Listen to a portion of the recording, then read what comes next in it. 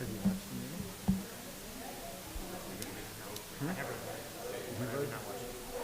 If you've not reviewed the tape, you will. Okay. Yeah. You can basically, if you've watched the meeting, you can always vote on it because it's basically not saying I was there. It's saying this is an accurate reflection of what happened. But okay. Thank you for asking.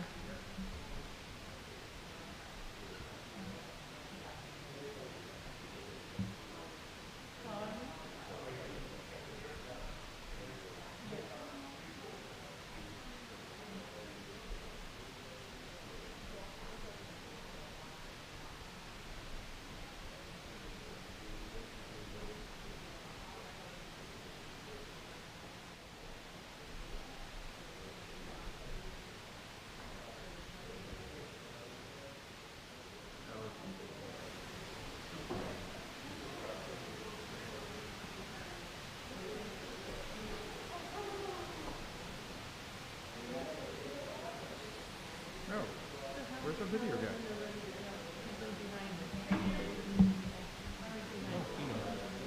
Oh my gosh. What? Yes, with the new camera. I didn't notice the new camera. Okay, are we ready? Don't make me look bad. You guys ready to get started? I was going to say, am I going to be in high def?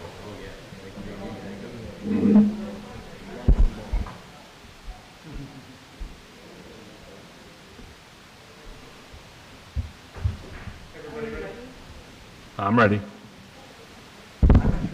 I'm ready. Can you guys hear me okay? I am ready. No. No. Ready. I wonder if that has to be turned on. Okay. Hope they didn't understand. It's going to be a record. Justin? Okay, everybody ready? Yes. All right. The time is now 5:46 on Monday, October 2nd, and the Community Development Committee meeting is hereby called to order. I'm going to be sharing Alderman Florian's mic since mine appears to be not working. Can we have a roll call, please? Chairman Hayes, Present. Alderman Newsom. Present. Alderman Florian. Present. Alderman Turner. Present. Alderman Donenworth. Present.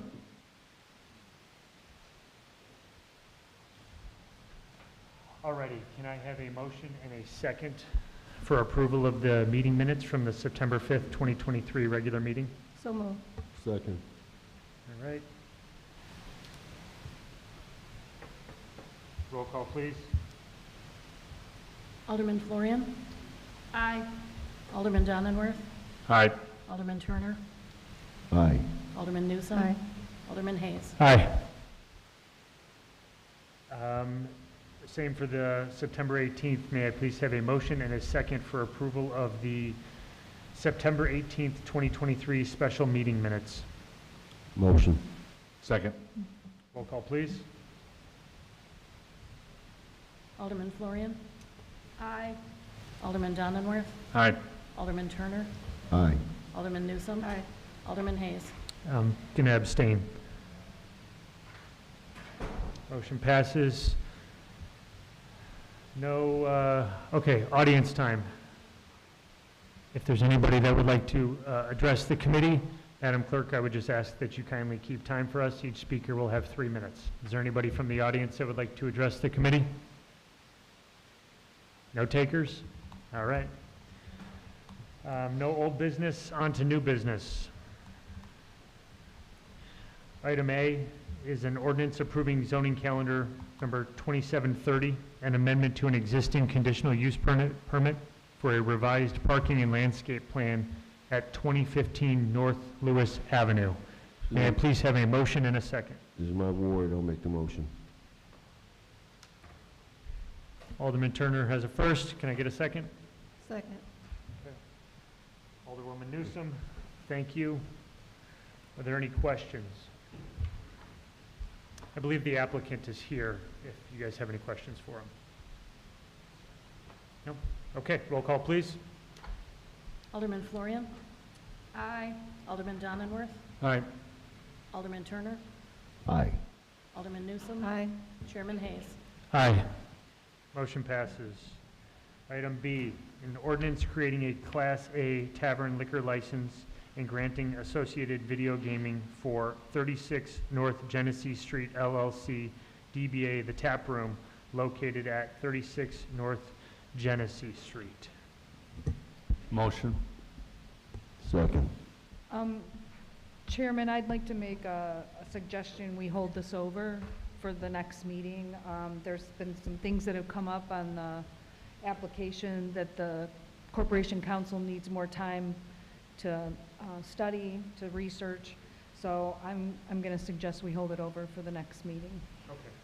I don't think you need a second for a holdover, so we'll hold it over for 2 weeks in committee. All right. Item C is an ordinance creating a Class E restaurant liquor license for Riviera Nayarit Seafood Corp. located at 2670 Belvedere Road. Can I get a first and a second? I'll make that motion. Second. Turner and Donaldworth, thank you, guys. The applicants are here. Does anybody have any questions for them? No questions? Roll call, please. Alderman Florian. Aye. Alderman Donenworth, Aye. Alderman Turner, Aye. Alderman Newsome. Nay. Chairman Hayes. Aye. Motion passes. Item D is a resolution approving and authorizing local share contribution for U.S. DOT Reconnecting Communities and Neighborhoods Program Community Planning Grant. I'll make that motion. First is Alderman Turner, a second. Second. Alderwoman Newsome, thank you. Any questions? Roll call, please. Alderman Florian. Aye. Alderman Donenworth, Aye. Alderman Turner, Aye. Alderman Newsome. Aye. Chairman Hayes. Aye. Motion passes. No reports and communications. May I please have a motion and a second for adjournment at 5:51? Motion. Second. All right, that is a record for me. Thank you. Oh, roll call, please. Alderman Florian. Aye. Alderman Donenworth, Aye. Alderman Turner, No. Alderman Newsome. Aye. Chairman Hayes. Aye. Motion adjourned, or meeting adjourned. Thank you, everybody.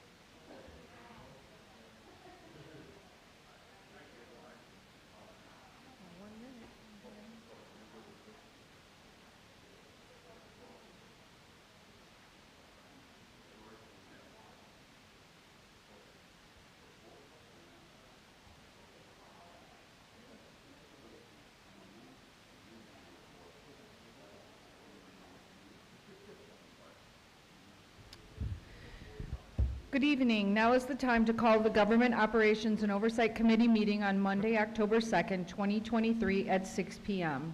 Roll call, please. Alderman Newsom. Present. Alderman Felix. Present. Alderman Martinez. Alderman Bolton. Alderman Florian. Present. Item C, are there any public comments for this committee? Okay. Item D, I need a first and second motion to approve the minutes of the Government Operations and Oversight Committee meeting held on September 5th, 2023. So moved. Second. Thank you. Any questions? Roll call, please. Oh, sorry. All in favor? Aye. Any opposed? Item 2, new business.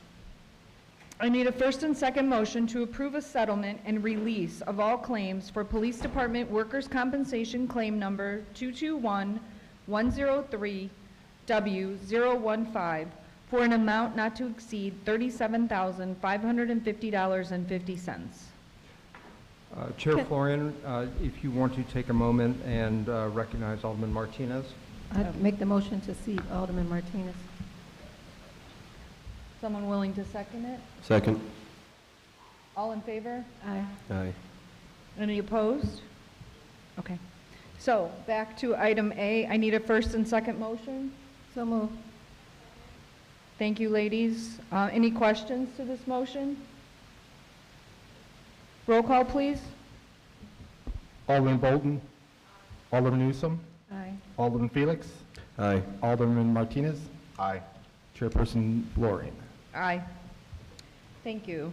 Item B, I need a first and second motion to approve a resolution approving the retention of an interim human resources director from GovTemps USA LLC. So moved. Second. Thank you. Any questions to this motion?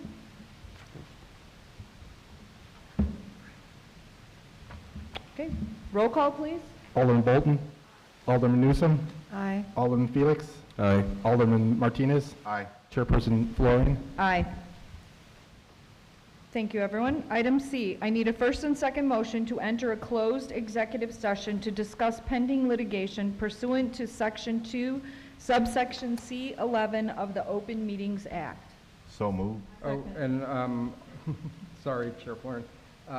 We also wanted to add in Section 2C1, appointment of legal counsel, as an additional ground to go Do I in. need to reread that, or? If nobody objects, they can take, you can take that as an amended motion. Anybody objecting? No. Okay.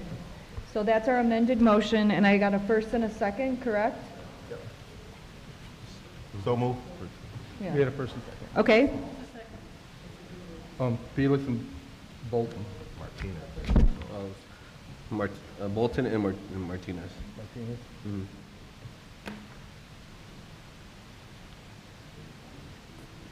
And now, do we have to Roll vote? call. Yes, a Roll call roll call vote? vote to go into executive session. Okay. Alderman Bolton. Alderman Newsom. Aye. Alderman Felix. Aye. Alderman Martinez. Aye. Chairperson Florian. Aye. Committee will reconvene after we come out of executive session.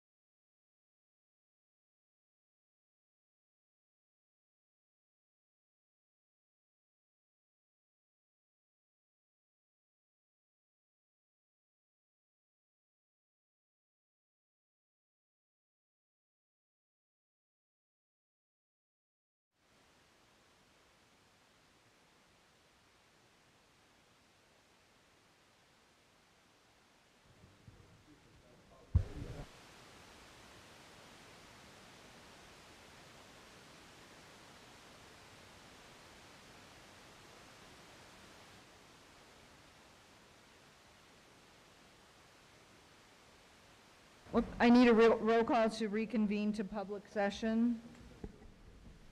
Okay, did you all know back in public session, Alderman Bolton? Alderman Newsome? Yes. Alderman Felix? Yes. Alderman Martinez? Yes. Chair Florian? Aye. There is no old business, there are no reports or communications, so I need a first and second motion to adjourn at 7:01 PM. I so move. Second. Thank you. All in favor? Aye. Any opposed? Thank you.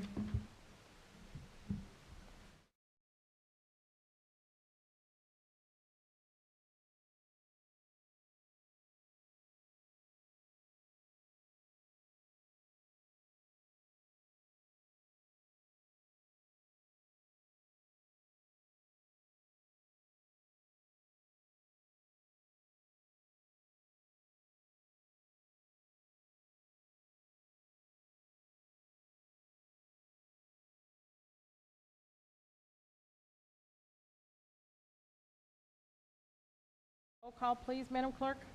I'll I'm take sorry. it. Alderman Hayes. Present. Alderman Guzman. Alderman Donnerworth. Present. Alderman Bolton. You have a quorum, Mayor Taylor? Present. You have a quorum. Thank you. The first item up is the approval of the committee minutes from March 20th, 23, May 15th from 2023, July 17th from 2023, August 21st from 2023, and September 5th, 2023. Can I have a first to the motion? First. Second. Alderman Donnerworth and Alderman Hayes. Any questions to the motion? Roll call, please. Alderman Hayes. Aye. Alderman Guzman. Alderman Donnerworth. Aye. Alderman Bolton. Aye. Mayor Taylor. Aye. Motion Aye. passes. Thank you. New business, can I have a first and a second to the motion? First. Alderman Hayes, a second to the motion. Second. Alderman Donnerworth. Okay, this is an ordinance amending the Waukegan Code of Ordinances concerning fees for zoning certificates and closing letters. Any questions to the motion? Is the building commissioner here? He's right outside. Okay.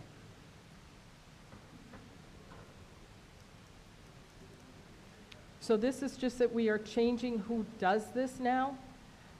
It used to be part of licensing, it's now in the building department, and then there's closing letters and zoning letters, so he will explain the difference for you.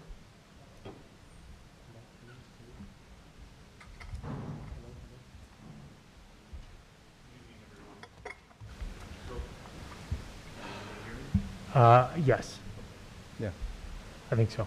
So I think the question is the difference between a zoning letter and a closing letter, and then the change in the fees. It's going from what to 150? Alderman Guzman asked. Yes, so the zoning letter is, the zoning certificate right now is in our ordinance, and that's for buildings of 3 units or more, and that fee right now is $100. At that point, when the closing happens, they go out, fire department goes out, and then the zoning department certifies that this building is certified for this and what they have. The zoning letter we're trying to get is to try to get all the buildings inspected that are being sold. So I'm gonna have an inspector going out and doing an inspection to get a minimum code standard for everybody. I'm sorry? So to go from, the zoning letters will go up from $100 to $150, and the closing letters currently are $100, that'll go up to $150. Because when I did the math for all this information or whatever, depending on, because we have one code inspector who's gonna be just doing that, there's one clerical who's gonna be doing most of that. Our break-even cost right now for all the closings that come in is roughly around $250. So why aren't we at that price? Because we just did the $300, that's what I was asked to put on there, so. Okay, yes, I'd like to amend to go to 300. I'd like to amend to at least break even. For 250? Okay, Yes, I thought you said from 1 to 150. Yes, the closing letters are going from 100 to 150, the zoning letters are going from 100 to 150. So both of those together should be $300. And we'll break even? So our break even is 250, right? And we're going to 300? So we'll make okay, I'm good with that. Yeah, and just to clarify, there are two documents that are involved in a closing that staff has to put in significant time to review, verify records. One is the zoning certificate, and then the other is the closing letter. And so both of those are going to be $150 for a total fee, basically of $300. Okay, I just want to make sure that we're not losing money on this or on the employee or anything like that, that everybody's getting paid for and we're not coming more out of our pocket. Yep, that's why we're doing this. Okay, sounds great. Thank you. Okay, any other questions to the motion? No. Roll call, please. Alderman Hayes. Yep, of course. Aye. Alderman Guzman. Aye. Alderman Donnerworth. All right. Alderman Bolton. Aye. Mayor Taylor. Aye. Motion passes. Thank you. There being no old business or any public comment. Okay. Can I have a motion to adjourn? So moved. I second. Alderman Hayes, Alderman Bolton. Roll call, please. Alderman Hayes. Aye. Alderman Guzman. Aye. Alderman Donnerworth. All right. Alderman Bolton. Aye. Mayor Taylor. Aye. We're going to take a 5-minute break, and then we'll be back to start city council. Thank you.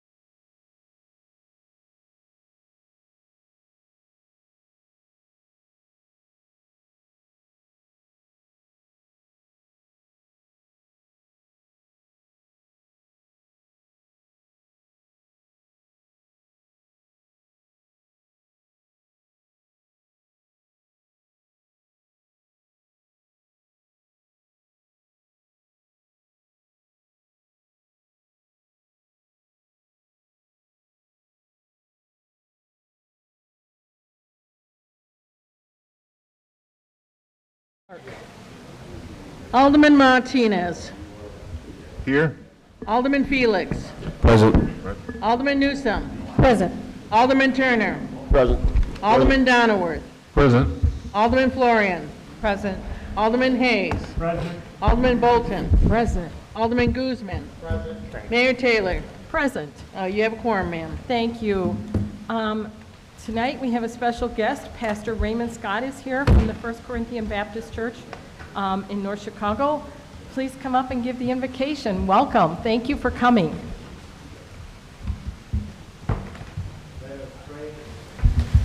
Our Father and our God, hallowed be thy name, thy kingdom come, thy will be done on earth as it is in heaven. Give us this day our daily bread. And Lord, as we come before your presence, we lift up your name. We give you the praise, the honor, and glory. And Lord, we ask your blessing on our local leaders and our national leaders. We ask that you fill them with knowledge, give them wisdom and understanding, that they may lead your people, that God be praised, that God be glorified. And Lord, let us do what the Lord requires of us. Let us do justice, do what is right, love mercy, and walk humbly before our God. And Lord, we ask that you forgive us our sins and our transgressions. Keep us ever before you, that we may be the children of God that you would have us to be, and that we be one body in Christ, as you and the Father are as one body. And we give you the praise, honor, and glory, and we call it done in Jesus' name. Amen. Amen. Please rise for the Pledge of Allegiance.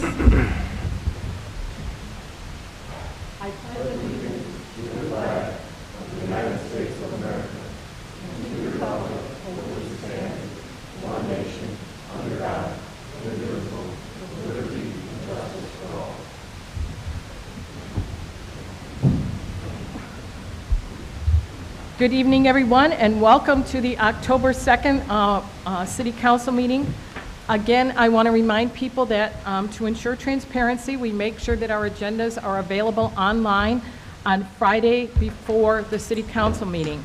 You can always go to waukeganil.gov for the meeting agendas and other important information, including committee meetings or any other information that you would like. It's all there on the city website. I'm going to start off this evening on a very difficult topic for me, and that was the drive-by shooting this week.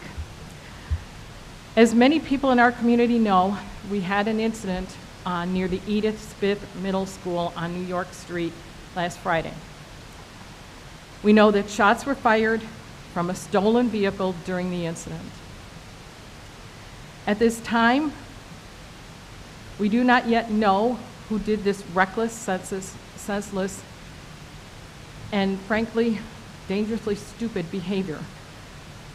It was or whether it was gang-related or a violent, these are all violent crimes that are happening in our community. No matter what, as mayor and member of this community, I'm both angry and extremely disappointed.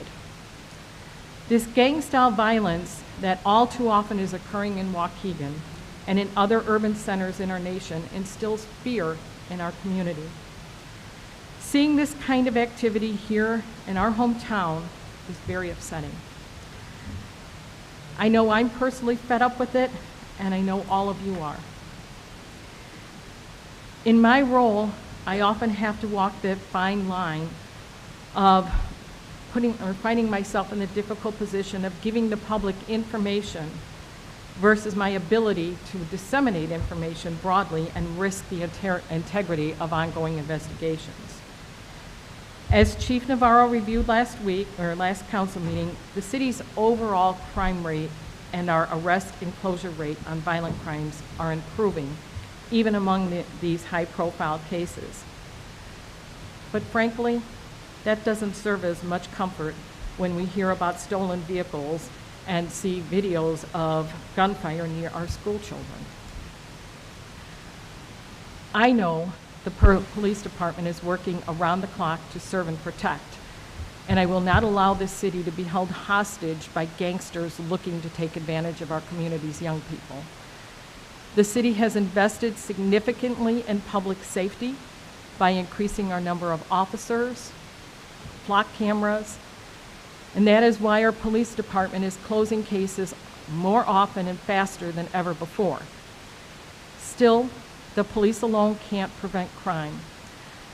It's why my office has been working with the faith-based community and other not-for-profit partners, and we work with other units of government that can overlap and surround Waukegan to look for holistic solutions to these challenges. I look forward to finding the criminals who did this and then being arrested and prosecuted to the fullest extent of the law. That this kind of gang-style violence and terror is not tolerated here in the city of Waukegan. Once again, I don't want to say much more than this so that I don't hamper the current investigation. But we as a community need to work together to find solutions for our young people. We are losing a whole generation of our children to gang violence and violence in general. So please, work with us. If any of you have information about what happened Friday and you haven't talked to the police department, please do so. I'm asking us to work together to help solve gun violence. Tonight, as many of you read in the newspaper, I'm announcing that I've issued a mayoral veto of the city council vote on ordinance number 23-0-288, an ordinance that amended our salary ordinance. I believe this legislation made harmful changes to the way the city of Waukegan can hire and promote employees. As mayor, I retain the authority under Illinois law. I am taking this step for several reasons. As the mayor, I am charged with overseeing staff at City Hall, retaining those staff members and recruiting leadership staff for our city. Modifying the previously agreed salary ordinance would negatively impact our current employees and, frankly, our ability to recruit new staff. We now currently have had an opening in the finance department for over 2 years. We also have just recently hired an interim for the director of human resources. We've been trying to recruit for the finance director for 2 years. It's been very challenging. It is a very tough market. If this amended ordinance were enacted, it would make filling those positions and other essential positions much more difficult by delaying the hiring process. It would also send a loud message to any potential employee that every hire in Waukegan is a political hire, which should never, ever be the case. I have had in-depth conversations with our City Hall department heads, our recruiters, and multiple other leaders in municipal government who unanimously agree with the position I am taking on this legislation. Frankly, I have had experts tell me that if this legislation were to become law, our city would risk never successfully hiring top candidates. The use of the mayoral vote in Illinois is rare.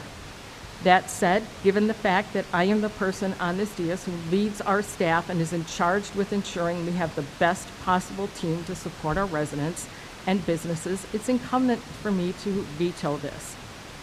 Staff is crucial to making our team here work, and I am going to work to make sure that we have the best possible staff the city of Waukegan can have. If we wanted another form of government where it was council controlled and they were here running the city, then we had that opportunity when we put a referendum before you, and that was denied. So as it stands right now, I am the one who sits here making the day-to-day decisions. Since this council convened in May of this year, I have fully supported our alderpersons doing the jobs they are charged with, legislating. However, legislation requires an actual understanding of City Hall operations. With all due respect to the 5 alderpersons who voted for this legislation, you've had the opportunity to listen and learn from staff with decades of experience in municipal government and who have shared their concerns on this legislation. To have this information and ignore it and vote for legislation that could harm our residents and businesses is an unfortunate statement about where this council is currently sitting. I believe this recklessness towards responsible governance is already causing some of our very committed and experienced staff to question their roles here at City Hall. I know when I came into office as an alderperson of the 9th Ward in 2015, I had spent an entire 2 years before attending city council meetings and committee meetings. I did it not because I was running as an alderperson, but because I wanted to learn about our city. When I became an alderman, I continued to learn and lean on the experienced leaders with whom I share the DSN experienced department heads of this city. And I'm sitting next to the one lady right here who I learned a lot from. So now I'm making my own statement. I will fight tooth and nail for what is right and serving our residents. This legislation, I believe, is dangerous. Frankly, perhaps the male alderpersons who have all voted for this legislation should do a little more listening and a lot less grandstanding, like their female counterparts on this council who unanimously voted against it. I will say this, the 3 alderwomen who voted for this have a combined experience of 30 years. The men who voted for this have a combined experience of just over 5. I deeply respect the public service of my colleagues, and I will always respect that, and I will always support my colleagues. Still, I won't allow this council's experience and one member of this council who made this decision for political reasons, who fully knows that this is bad legislation and is sending our city down the wrong path. This is why Mr. Sully last week in the Lake County News Sun described some of our alderpersons' behavior as no way to run Lake County's largest municipality. And frankly, I'm going to agree with him on that statement. So, now that I've given my position on 2 very important issues in this city, I want to talk about some good things. I want to say a big shout out and congratulations to Waukegan High School Bulldog Marching Band on their 2nd place finish at the Chicagoland Marching Band competition. In addition to 2nd place, they also won the Best Music and Percussion Awards. This is the highest placement since 2019 and the first time they took Best Percussion since 2018 and the first time they took Best Music since 2006. Can we give them a round of applause?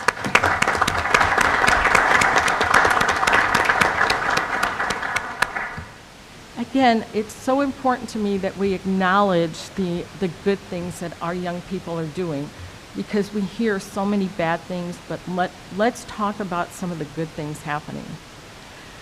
Since we're talking about our high school music department, remember that October 5th with 2 shows, one at 5:30 and 7:30, and pre-sale tickets are available. And they're actually the only way that you can get the tickets. Cole Children's Museum is returning its free pop-up museum to Waukegan after a successful run at Belvedere Mall this past spring. Starting this Wednesday and running through December 2nd, the pop-up will be available at CLC Lakeshore Campus at 33 North Genesee Street on the 2nd floor to families on Wednesdays from 5 to 7 and Saturdays from 8:30 to 1:30. If you haven't taken your children to see this, please go. This Wednesday, October 4th, is National Coffee with a Cop Day. Members of our Waukegan Police Department will be at the corner of Lewis and Glen Flora from 9 to 11, so stop by and have a cup of coffee and a conversation. Dumpster drop-offs will occur every Saturday in October with the following schedule. 4th Ward is on October 7th, 2nd Ward on October 14th, 7th Ward on October 21st, and the 1st Ward on October 28th. While these dumpsters are located in Pacific wards, any Waukegan resident may take an oversized item to any dumpster, and electronics and tires off their wheels will also be collected for recycling Information about the dumpster drop and other services and events is on the city's website at waukeganil.gov. Domestic Violence Awareness Month is this month, and we have a proclamation at the next City Council acknowledging it. Let's all work together and make societal changes to no longer tolerate domestic violence, offer survivor support, and give thanks to those who are working with in this field on this awareness and prevention efforts. Together we can work toward a community where everyone lives violence-free. To help support domestic violence awareness and prevention, A Safe Place will hold its 14th annual Unmask the Violence Gala on Saturday, October 14th at 6 p.m. at Marriott Lincolnshire. In 2022, A Safe Place served over 30,000 individuals, including adults and children, through comprehensive services. Tickets are available on their website at asafeplaceforhelp.org. Also, I want to acknowledge that this month is Breast Cancer Awareness. Again, let's remember why we traditionally think of breast cancer being only in women. It is in men too, so please take the opportunity to get an exam. And that's it for my mayor's comments. Madam Clerk? Thank you, ma'am. You have a number of proclamations tonight. We're going to start out with the first one. Proclamation Waukegan Fire Prevention Week, October 8th through the 14th, 2023. Whereas the City of Waukegan and the Waukegan Fire Department are committed to the safety of life and property from the devastating effects of fire, and whereas this year's Fire Prevention Week campaign, Cooking Safety Starts With You, Pay Attention to Fire Prevention, educates everyone about simple but important actions to keep themselves and others safe when cooking. And whereas cooking fires are the leading cause of home fires and home fire injuries, and unattended cooking is the leading cause of cooking fires and deaths. Whereas U.S. home fires resulted in 2,620 civilian deaths, representing 92% of all U.S. fire deaths, with an average of 7 people dying in a fire every day. And whereas taking simple safety precautions when cooking, such as turning pan handles in, setting a timer as a reminder you are cooking, and having a kid-free zone of at least 3 feet around stoves, can help prevent the majority of home fires and home fire deaths. And whereas proper installation, testing, and maintenance of smoke alarms are part of fire protection. And whereas developing a fire escape plan with 2 ways out of each room, setting an outside meeting place, and practicing it twice a year with every member of the household are critical to escaping a fire safely. And whereas the members of the Waukegan Fire Department are joined by concerned Waukegan citizens, as well as other emergency service providers and safety advocates, businesses, schools, service clubs, and organizations in their fire safety efforts. And whereas Fire Prevention Week commemorates the Great Chicago Fire of 1871, which killed more than 250 persons, left 100,000 homeless, and destroyed more than 17,400 buildings, and serves as a motivating force to bring the people of Waukegan together to build a safer community. And now therefore be it resolved that Mayor Taylor and members of the City Council of Waukegan, Illinois, do hereby proclaim the week of October 8th through the 14th, 2023 as Fire Prevention Week, and call upon the people of Waukegan to participate in fire prevention activities at home, especially when cooking, as well as at work and school, and to take necessary steps to make their families safe from fire by creating and practicing an emergency plan and replacing smoke alarms every 10 years, adopted the 2nd day of October, 2023.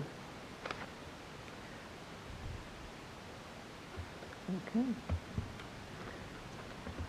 Our next proclamation is October is Crime Prevention Month.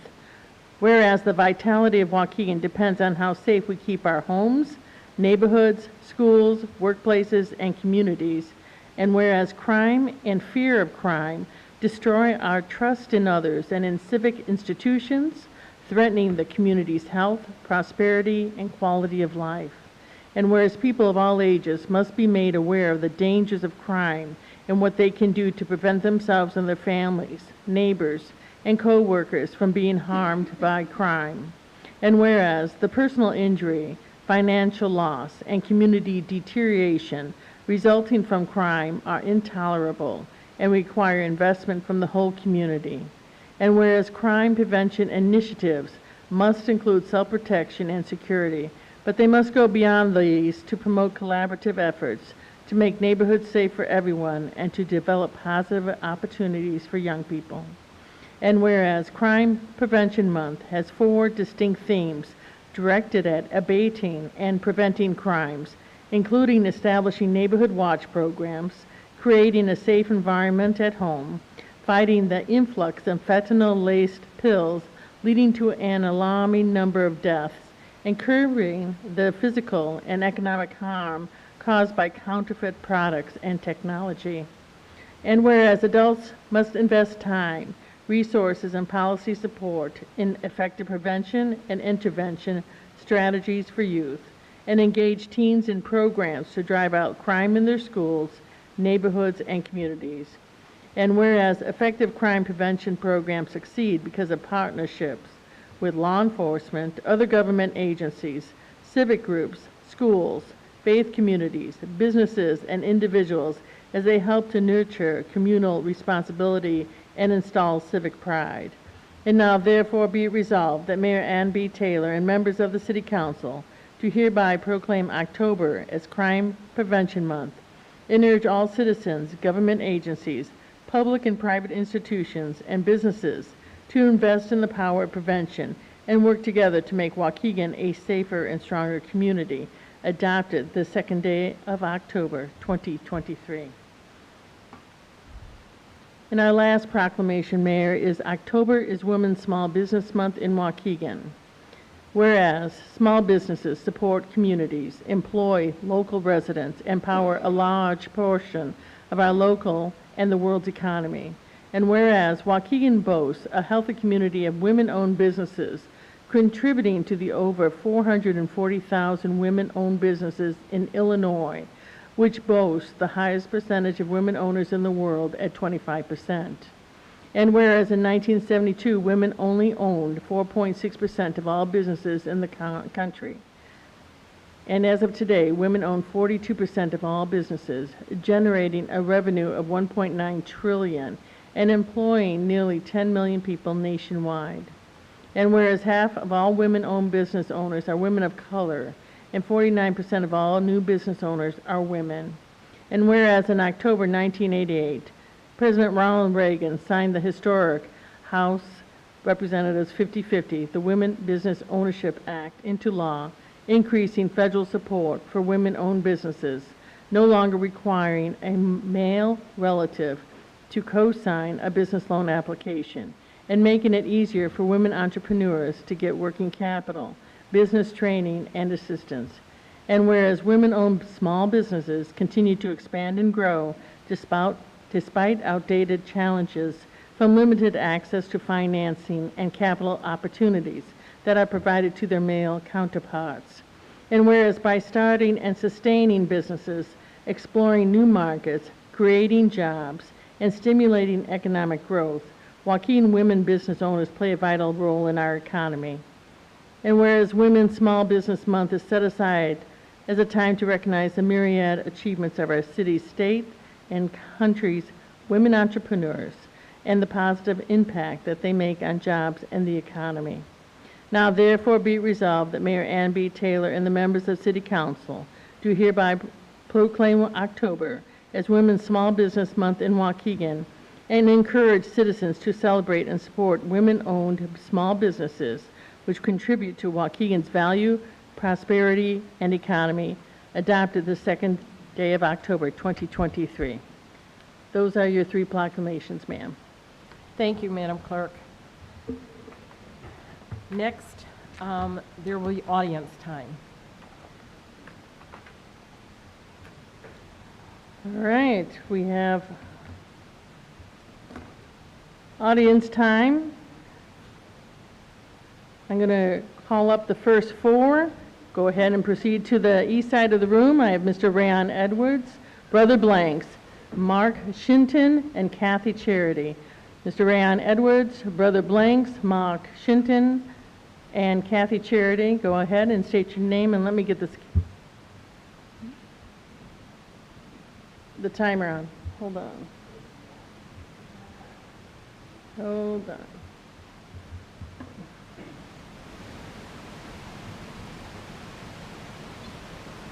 Okay, sir. Good evening, Council, Mayor.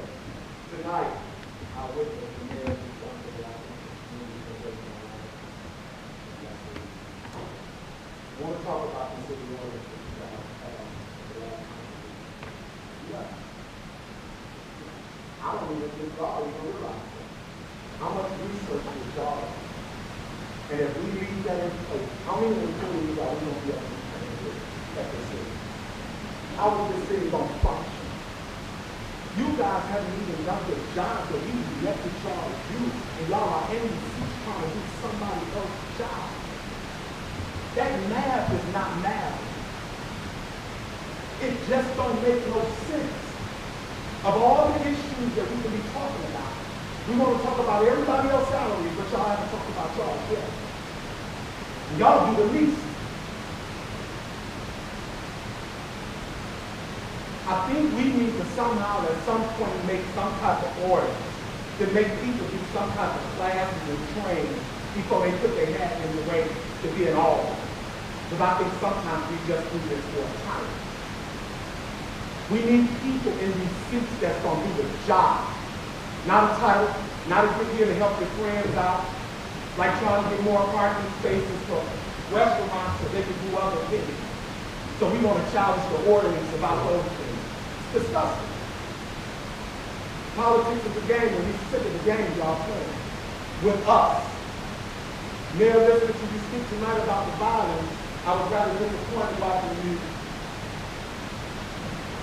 disappointed watching you speak off of a paper. You're reading your words off a paper. You just told this whole community how out of touch you is with what's going on in this city. The violence is happening every day. You talked about the shooting that happened over there by Edith Smith's school. We ain't talking about the one where they was riding down Washington shooting up out the windows. We ain't talking about the ones that happened over there in Barwell. And I'm gonna tell you why they happening. Because this damn police department we got is trash. And I normally don't do this. All this money that we put into training them, the training is disgusting because the way they talk to us and the way they treat us is disgusting. I happened to be downtown last Sunday at Dream Lounge.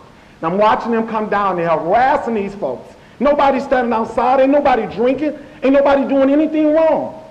You guys are sending the police down there to do this, but you are the same ones that keep approving these liquor licenses and giving these bars. What you think they gonna do? We got more of that than we got anything in the city. So Navarro, I don't know what you got to do, but you better check your guys before this community check them. It's the only time I'm going to ask. Thank you, Mr. Edwards. Brother Blanks. Brother Blanks, Black Abolition Movement for the Mind. Right quick, we lost what I would consider as a pillar in our community over the last week or so, as a brother by the name of Mr. Jeff Bogart Williams, which I consider was very much a pillar in our community. So peace of transition to him. Now, when it comes to the Waukegan Civilian Office of Police Accountability, many times we've heard members of the community that come up and express their concerns from as much as how they are approached when it comes to contact with law enforcement, and even when we're looking at our housing authority and how things are addressed there with law enforcement across the board.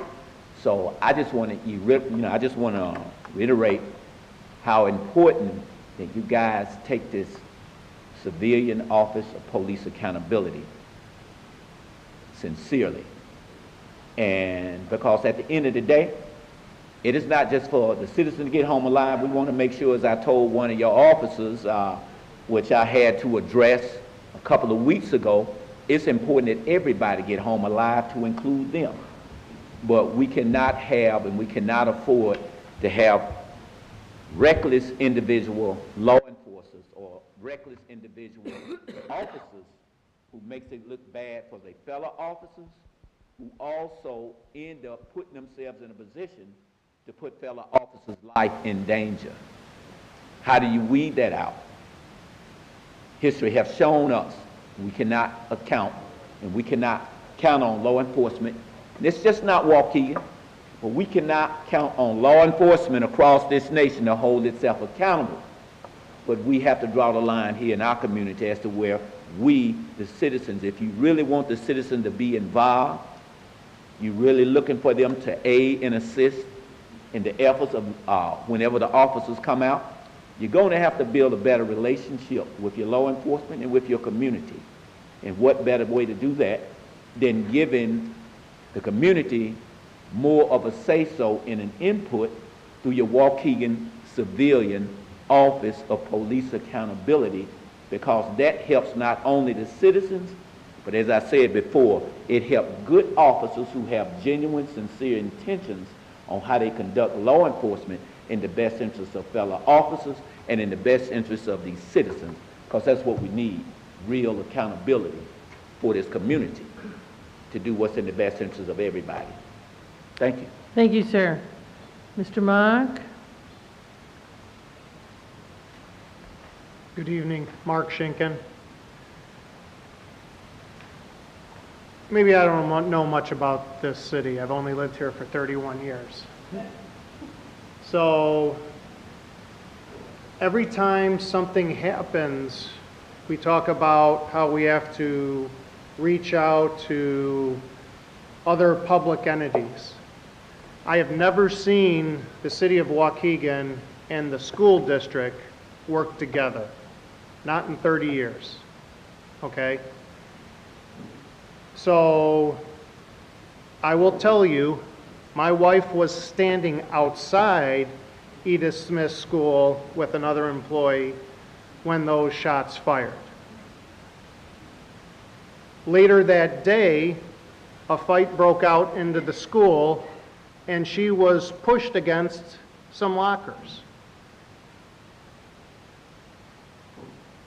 How are we going to expect the adults of this community to act when for close to 20 years, their actions go without consequences? Now, yes, there's always circumstances, but you want violence to stop, we have to stop it. Okay, and unfortunately there are going to be sometimes,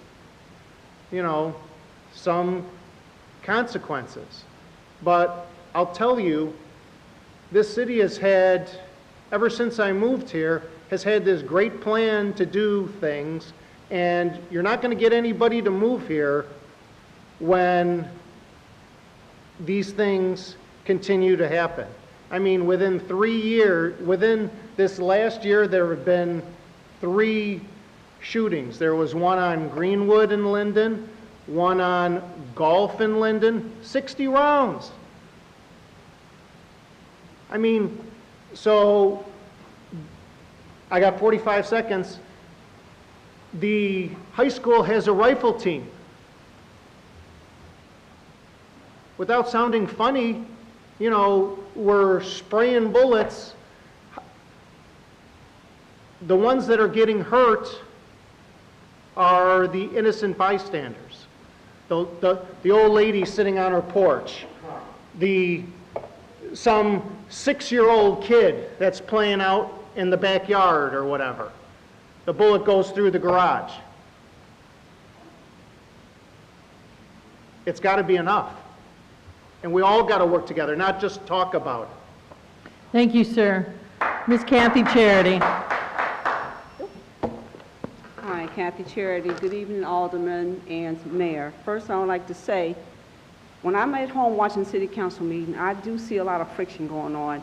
Mentioning Mayor Taylor was saying that you have to be a little bit more professional, especially when it's alderman time. Some of the aldermen, I think, before you become an alderman, do your homework before you take the position, because during Alderman time, things are brought up, and the mayor is always saying, put it on the next agenda. So, and it's fiction, and I never was used to that. Anyway, moving on. So Governor Pritzker is announcing a $41.5 million grant awards for municipalities serving asylum seekers. I surely hope the city of Waukegan doesn't fall for this. This is a government operation to change the fabric of this country, turning it into a socialist country. This will be chaotic, turning the community into a war zone, not mentioning unsafe parks for our children. We have seniors, homeless people, veterans, and people with mental illness who are on the streets who needs help first. Politics is war without blood, and war is politics with blood. We are having an international conflict, and I know many of our elected city officials have no choice but to do what they're supposed to do, but to follow orders. The Church of Joy, I was told, are harboring illegals. Why? They are sending many people to low-income areas, and many people are upset and frustrated. This will cause confrontations, riots, injury, or maybe even death. I hope and pray the city of Waukegan do not allow this chaos. This will destroy our city. Also, speeding continues, not mentioning the shooting. I heard 2 gunshots. Sound like it's across the street, but you never know where it's coming from. These are pandemics. No one knows who's doing what. They have masks. These cowards have masks. Don't want to be seen, wondering, is this a pandemic to cause chaos in our community? Remember, also, October 4th, we're supposed to have a nationwide alert. It's supposed to start at 1:20 p.m. You're supposed to have all your devices turned off, your phones off, everything will go down, operated by FEMA. Yes, FEMA. Thank you, Ms. Charity. The next 3 will be Clyde McLemore, Carlos Smith, and Margaret Carrasco. Clyde McLemore, Carlos Smith, and Margaret Carrasco. Anytime you're ready, Mr. McLemore. As I read the article, I think the aldermen are not trying to stop the mayor from hiring, but what they're trying to stop is this. We see you paying off your campaign workers with jobs, high raises. For example, your assistant director of finances, in 2002, she made $56,758.52. In 2003, an increase to $102,004.23. Now she's at $112,000. Tamika Jones was $134,000 in 2022, went to $137,000 and ended at $159,000. That's a 16.2% raise, increase. Now let's talk about the elephant in the room. Your favorite, George Bridges Jr., who came in at $149,000 and then to $174,000 and now at $185,000.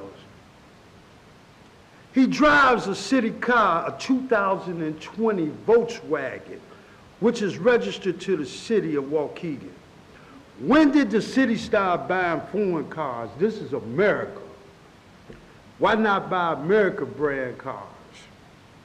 Now, Ann, I supported you. I was in those meetings, and you assured us, and your literature, as I passed it out, stated,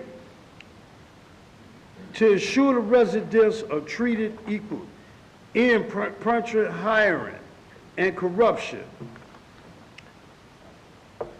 I supported you over a black man. That's if we look at the numbers, he wasn't as bad as you turned out to be. You have failed, and it's time for you to hit the road and don't come back no more. The COVID money was put in the city, put the cities in the black. That was a one-time deal. So what you gonna do when that money runs out? Taxpayers, that means she's got to raise the taxes. Thank you, sir. Carlos Smith.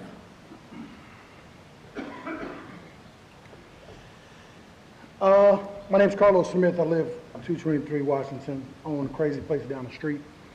Couple things. I've never really been scared in my life with a lot of things, but I'm scared. I hear a lot of different things from a lot of different people about my business, about people wanting to take my liquor license, people investigating me for this and that. I try to be as proactive as I possibly can by coming up here to talk to you guys face to face, because it's pretty much the only time I get to speak to leadership kind of all together. I've invested a lot of money into this business. Me and my family have spent a lot of money. I've been closed for the last 3 weeks. The police guys were putting up the camera Saturday, and I just so happened to be there doing a private event, not a public event. And I ran, I said, guys, we're not open tonight, you know what I mean? Y'all can take the camera down, you know what I mean? And they took it down, you know what I mean? And they're cool guys, and I'm not calling them bad guys, but I'm scared. Because it's so fast that the city could take your licenses and take your stuff from you if something goes wrong. I need some assurance from you guys that we need some type of system. I'm gonna keep saying it. I said that about 4 weeks ago, maybe about 5 weeks ago, and I still haven't had like a meeting with nobody. I need a meeting, bro. I need to talk to y'all so I can know what to do. You feel me? Like I'm really trying. I'm coming up here every time representing me, citizen, my business. I need a meeting with y'all so y'all can tell us what to do and what not to do. Because it was a hearing today, and I'm not sure what the hearing was about. But you can't have no hearing if we're not informed on what we should be doing, what we can't do. And I know y'all got the stuff in the paper. I get you. But I need to hear it from somebody like, bro, this is what you can't do. If you do this many times, this is what's gonna happen. The police, they do be tweaking. Now I'm talking to y'all like we on the block. They be tweaking. And that's okay, because that's what some police do. And some other police, they decent. But I need to have a sit down with somebody so y'all can tell me, Carlos, this is what you need to do. If this happens this many times, we're gonna do this. If this happens this many times, we're gonna do this. The proximity of the block, I told y'all there's 17 liquor licenses on Genesee. If somebody fight on Clayton and Genesee, it's 3 liquor licenses right there. Who's gonna be blamed for that? Me? Just because I got the biggest spot? I can't do that. So y'all got to do something different. I need a meeting. If I don't get a meeting, there's going to be a lot more creative videos going out that's going to get some eyes on it, all right? Thank you, Mr. Smith. Thank you. Monica Carrasco? Yep. Good evening. This evening, the mayor started the meeting stating, number 1, to ensure transparency. My. Ain't that a lie? I repeat, a big, fat lie. You see, our fat cat mayor failed to tell Waukegan taxpayers how she ordered, I think about $90,000, I don't know, is it 5, 7 of them? I forget how many, luxurious Tahoe SUVs for her staff. Number 2, crime. Why did she instead use that $90,000 and invest it into proactive preventive measures to reduce our crime instead of on luxurious cars in a town like Waukegan, a low income? Number 3, then the mayor spoke about the new security cameras that he just mentioned that were just installed last week. Folks, this is just another example of how stupid our mayor is. It took her 2 years before she realizes, maybe put cameras on Genesee Street. Then our mayor went on to say about, and this is the icing on the cake, the mayor slammed our new Waukegan alderman in a demeaning way, which is her specialty, saying that they lacked experience to be aldermen. Come girlfriend? Are you kidding me? Who are you to talk about not having experience when you're just a lousy dental tech? You came here with no experience as a mayor, so eat your own words. And it is very unprofessional for you to insult and demean the new Waukegan aldermen. They came here just the way you came here as a 9th Ward alderman with no experience. Keep insulting them, and we're going to keep insulting you. Thank you. Thank you, Mayor. That concludes the audience time. Clerk. On to the consent agenda. Can I have a first and a second for the consent agenda? I'll make the motion, Mayor. Okay, Alderman Turner is the first, second is Alderman Newsome. Okay, any questions to the consent agenda? No? Okay, item A, motion to approve the regular meeting minutes from Monday, September 18th, 2023. Item B, a motion to approve regular payroll dated September 22, 23 in a total amount of $1,890,938.47. Item C, a motion to approve miscellaneous payroll, paid holiday payback, and cash out and final payments dated September 22nd, 2023 in a total amount of $43,393.54. Item D, a motion to approve vendor payments dated October 2nd, 2023 in amount of $3,731,785.94. Roll call, please, Madam Clerk. Alderman Martinez. Aye. Felix. Aye. Newsome. Aye. Turner. Aye. Donoward. Aye. Florian. Aye. Hayes. Aye. Bolton. Guzman. Motion passed, ma'am. Thank you, Madam Clerk. There being no reports and communication, old business. Item A, a reconsideration resolution approving a lease agreement with the Waukegan Chamber of Commerce for office space at 100 North Martin Luther King Jr. Avenue. It's a motion to reconsider by Alderman Bolton and approved at the September 8th, 2023 meeting. Can I have a first and a second to that? I just want to be clear. I'm asking to be amended to its original form and extended out until 2027. Okay, so just for clarity, there was a, sorry, hot mic.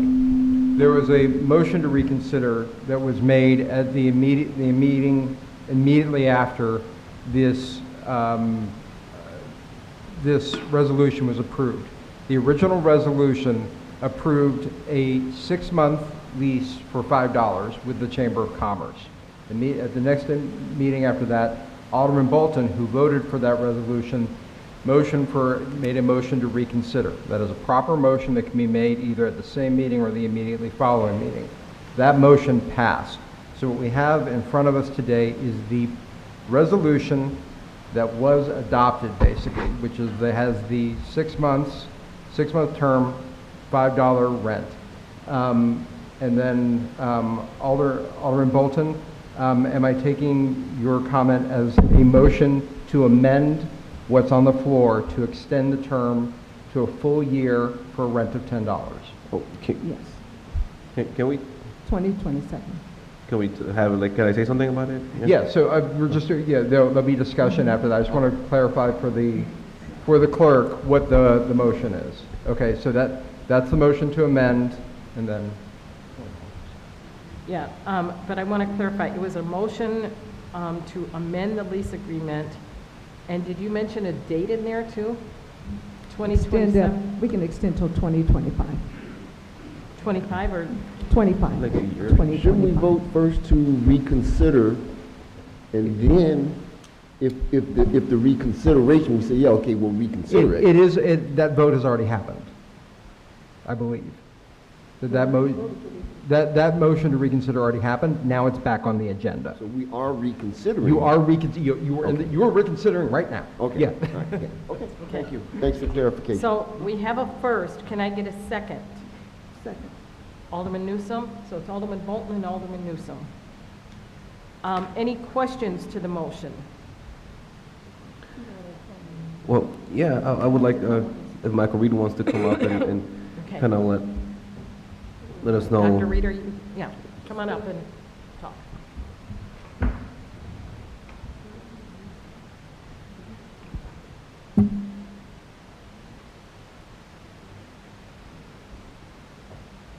Good evening, Mayor, council members, citizen of Waukegan. Yes, does anyone have any questions for me? Well, Dr. Michael Reed, I just want to, if you can let the people know why it's important to have Chamber of Commerce within the building. I agree with it, but, that way people can understand why, why we're, it's so important and how helpful it is for small businesses. Absolutely. So as said before, Waukegan Chamber of Commerce is the face here of Waukegan for small businesses, large businesses, but also our communities. So we deal directly with our communities and our business communities. We deal a lot of miscommunication with city things, permits, things like that. We're constantly fighting and promoting the city of Waukegan, the face of Waukegan. So we get calls from tourists, places to go. We get calls from new businesses that are looking for locations to open up business here in Waukegan. We're out there directly, marketing for the city of Waukegan and fighting for the city of Waukegan to bring businesses here, but also trying to keep businesses here. We have a lot of businesses that call us that they have problems that they don't directly bring up to council, but they bring up to us. So we are directly here in City Hall where we can direct them directly who to talk to, who to speak with, who's the right person. So we are constantly out in the community, promoting the community, and we're direct conduit with the business community and the citizens here with City Hall. So this is not uncommon, and I believe it was just in the paper that Waukegan Main Street is going to be in the new Waukegan Public School District building right here on Washington Street. So they see value of partnering with these organizations, but what better organization to have in City Hall than the one that's fighting for e-commerce here in Waukegan and fighting for our businesses, but also our citizens here.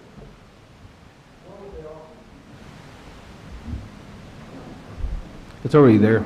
So we've already been in here for 3 different administrations, but there's a small office right here on the first floor next to the elevator. So it's a small office that's not being used.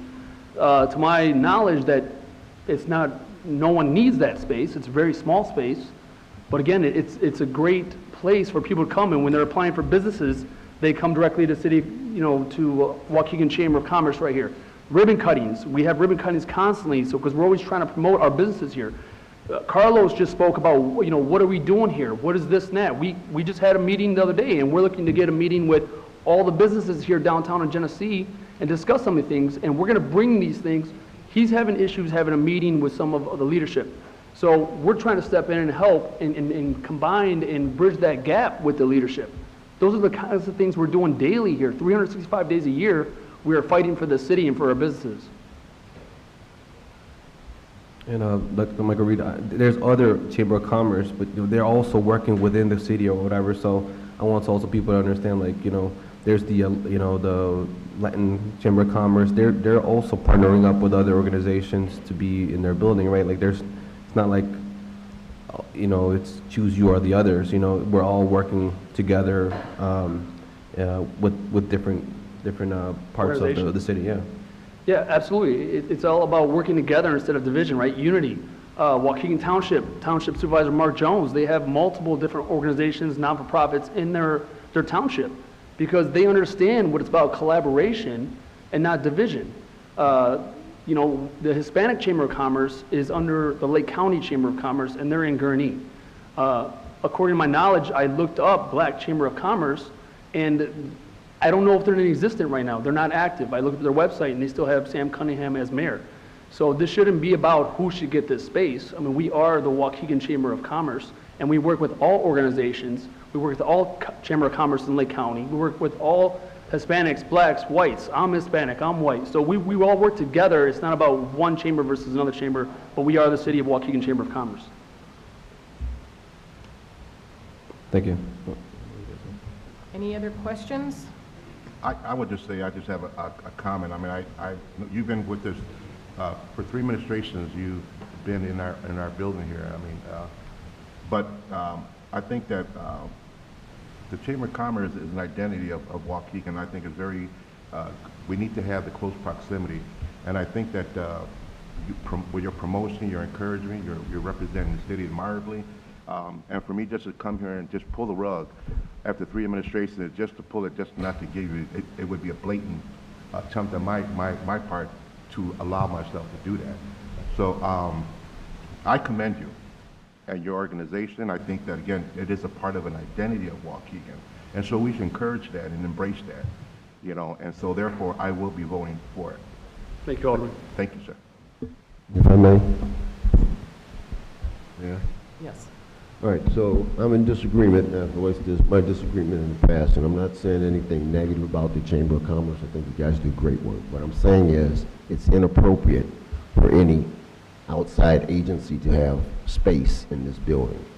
The taxpayers floated a bond. They took a big loan to build this building for city government. It's good work as you do, your mission and all of that. We also have an economic development department, with planning and zoning, and a public relations department. And essentially what's being described as the Chamber of Commerce is acting as an agency of this government, and it is not. We are space constrained, and again, I reiterate, the purpose of this building is for city government. The Chamber of Commerce is not city government.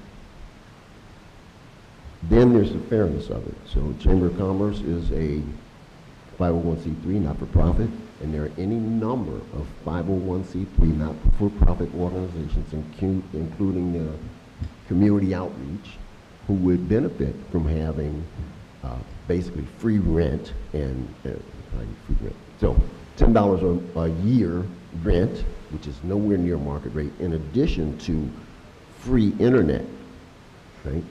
So any number of organizations would benefit from that. Why this organization? If you're going to do one, why couldn't you do another, right? Black Abolition Movement for the Mind might say, hey, we want a satellite office in City Hall because we do great work in the community, right? And we promote Waukegan, we promote youth involvement in Waukegan. Anybody can make a pitch to validate their position on why they should have something free, but it's not free. It's not free. It's not free because all of us taxpayers pay for it, and no singular organization, agency should be installed in City Hall. That's my position. And we voted on this. We've had multiple discussions over months. We voted on this. We came to a compromise.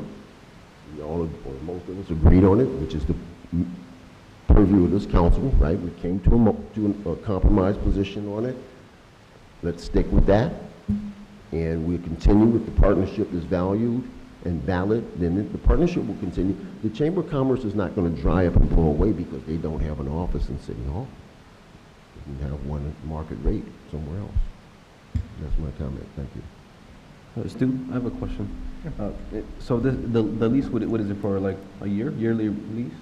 So the motion, as it was put on the agenda through the reconsideration, goes through February 29th, 2024.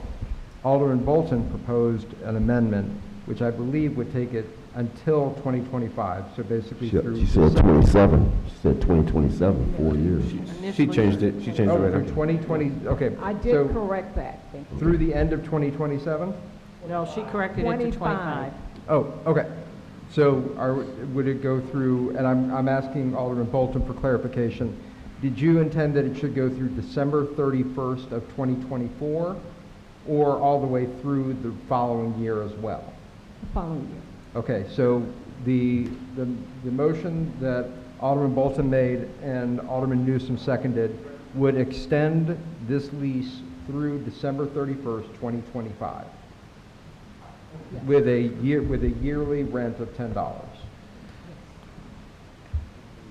And I also would like to add, at the end of the year, something that, I don't know if we're doing it already, we can have like a report, like, hey, we help these medium businesses. That way we can also have that transparency that we want in our government here. I think that would be helpful for us as well. Just want to throw that out there as well. But that's just side comment.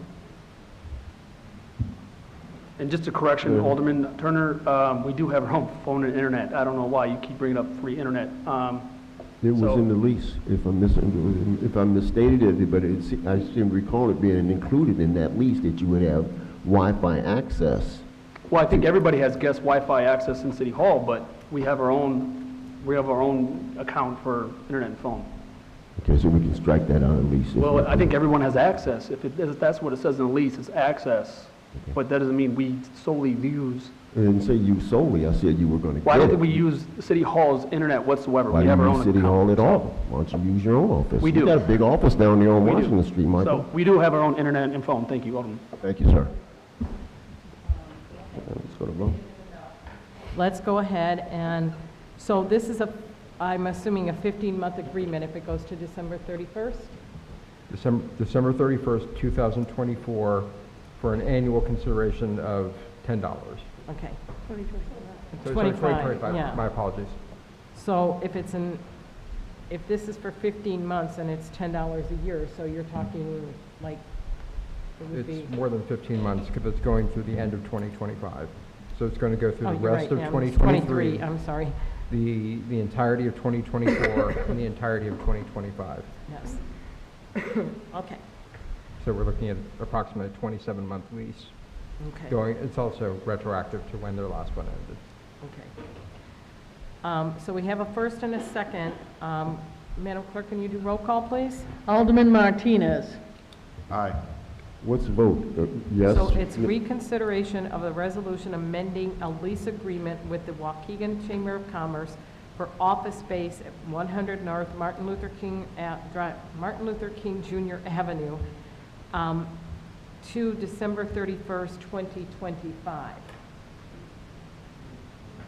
So if you vote aye on this, then it will extend it will basically replace the lease that was previously approved, which is only through February 29th of 2024, with the extended term as described by Alderman Bolton in her motion. Got it, thank you.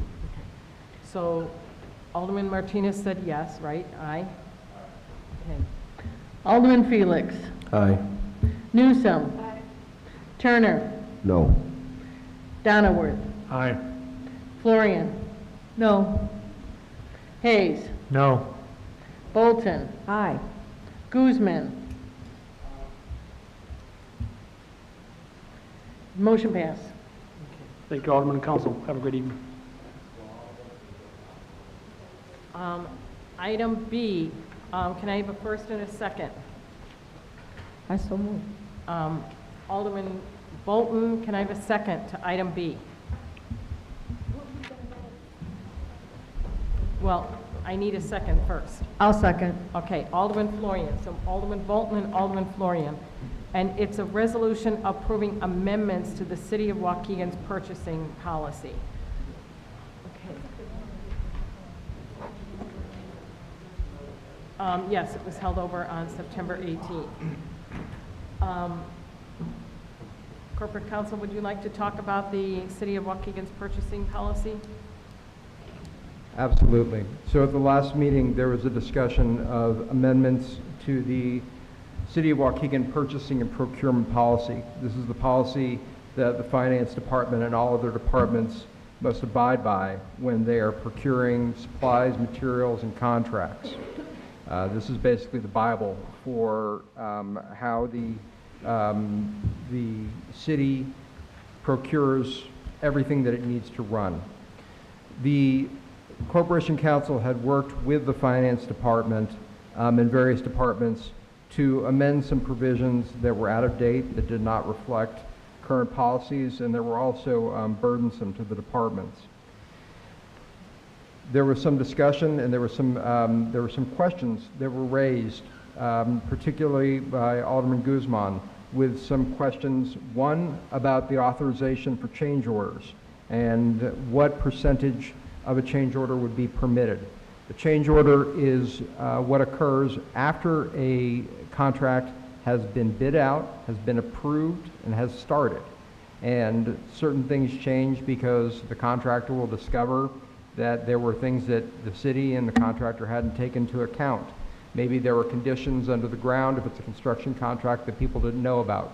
Maybe there are supply chain disruptions that make certain supplies harder to bid out.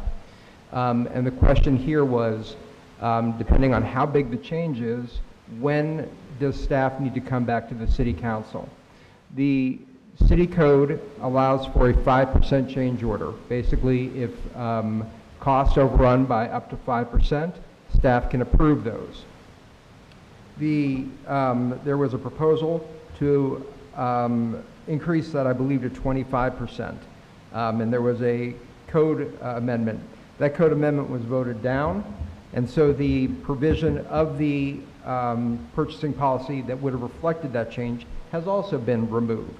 So that's going to stay in place as to 5%. Alderman Guzman had also raised concerns about bid stringing. Bid stringing is a term, has a lot of different names, but stringing is when either a local government or a contractor will break up an expenditure. So instead of it being a big enough expenditure that it has to come before the city council, that it be broken up into a lot of little contracts that could be approved by staff. That's something that is disallowed by Illinois law, and it is disfavored for a lot of very good reasons. So we've added in language that that specifically prohibits it. The language that we put in the code quotes the Illinois criminal code. It's actually illegal to do that. So we quote the Illinois criminal code, and we define what it is under the criminal code. And we also give guidance to staff with a number of different warning signs to know when when they could identify stringing might occur and how to prevent it. And then also we added some clarification on when new vendors are being used by the city, what documentation they're supposed to provide, including signed W-9s, certificates of good standing, and how a vendor will know when they're in good standing. These changes, we believe, reflect both the good input that we got from the city council, and then also the collaborative process that the mayor's office has had working with the departments and the finance department. If there are any questions, I'm available to answer them, as well as Assistant Finance Director Sherry. Sorry to call you out. Yeah, she's looking at me, she's nodding, okay, good. But this is very similar to what was on the agenda last time, but it is with those changes that I just outlined, responding to the concerns raised by the City Council at the last meeting. Any questions to the motion? Madam Clerk, we got a first and a second on that, correct? Alderman Bolton and Alderman Florian. Okay. There being no other further questions, roll call, please. I do, Mayor. Oh, okay. I think with the sufficient changes that was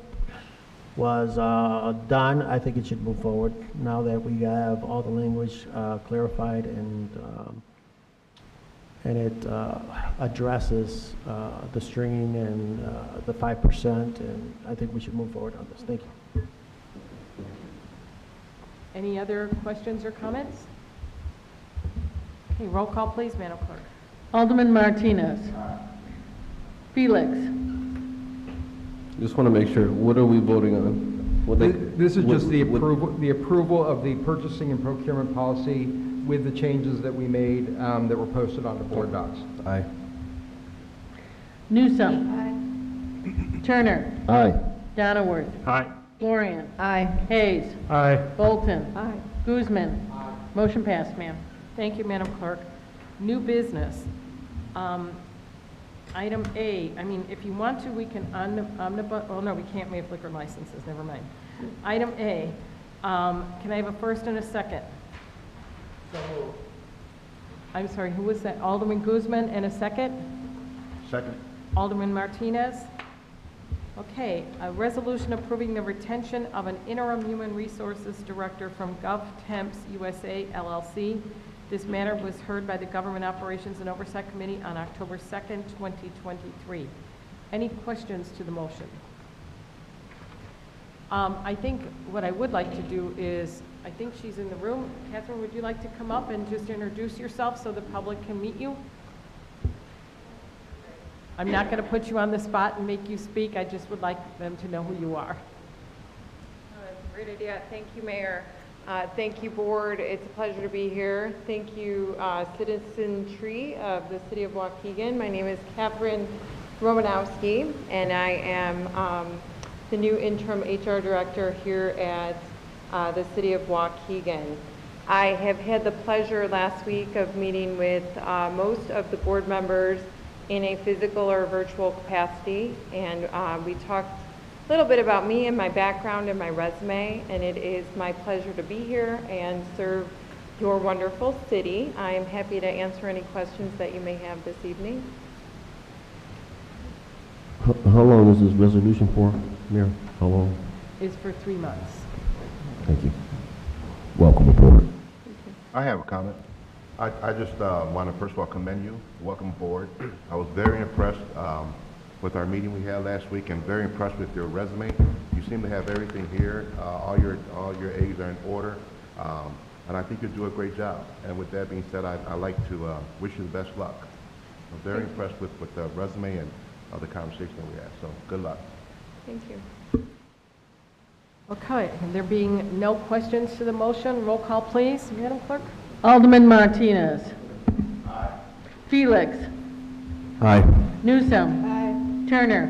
Aye. Donowitz. Aye. Florian. Aye. Hayes. Aye. Bolton. Aye. Guzman. Aye. Motion passed. Thank you, Madam Clerk. Item B, and can I have a first and a second? I so moved. Second. Okay, wait, who was the first? I think it was both. I'll make Oh, I'm sorry, Alderman Bolton, second was Alderman Florian. Item B, an ordinance approving the zoning calendar number 2730, an amendment to an existing conditional use permit for revised parking and landscape plan at 2015 North Lewis Avenue. For those of you who don't know, that is Sunset Bowl. This matter was heard by the Community Development Committee on October 2nd, 2023. Any questions to the motion? I do. So what are they planning to do that we're revising this? I think the whole plan was, sorry, I didn't realize you were here. Hello, Mayor. Hello, Council. We are redoing the lot with landscaping and trees and all the things that the city requires for the beautification, I guess, of a new parking lot. You guys have different rules.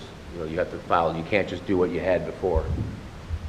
So you can't just repave it. You have to put all the trees and landscaping and curbs, and I'll have some handicap spots now, and it's going to be pretty.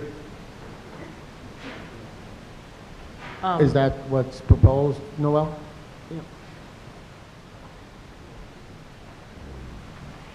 Yes, the original conditional use permit from a few years ago had a parking and landscaping plan, but Mr. Goches has asked to revise it and do it a little bit differently now that he's going to move forward with implementation. So we've worked together to come to agreement on something that meets the intent of the code and is something that he's happy with for the future of his business. Sounds great. Let's move forward. I have a question. Oh, yes. Yeah. So how was the process of going through this and meeting and coming to an agreement with the parking? How was that for you? It was rough. It was, you know, we lost a lot of spots. I think it's about 30-some spots. I do have a possibility to vacate some of the property behind my building, which is something I will do after we get the first phase done, to give me extra parking spots behind the building and behind the cell phone tower. But you know, I'm excited about about how it's going to look, and it's going to be a very inviting.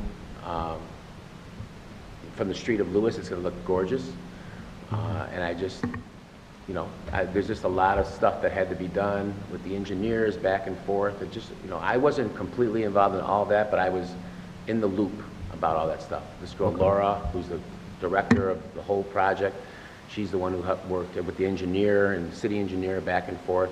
But we finally got to a situation where we could, you know, ask for some variances, which you guys approved about 2 weeks ago or a month ago.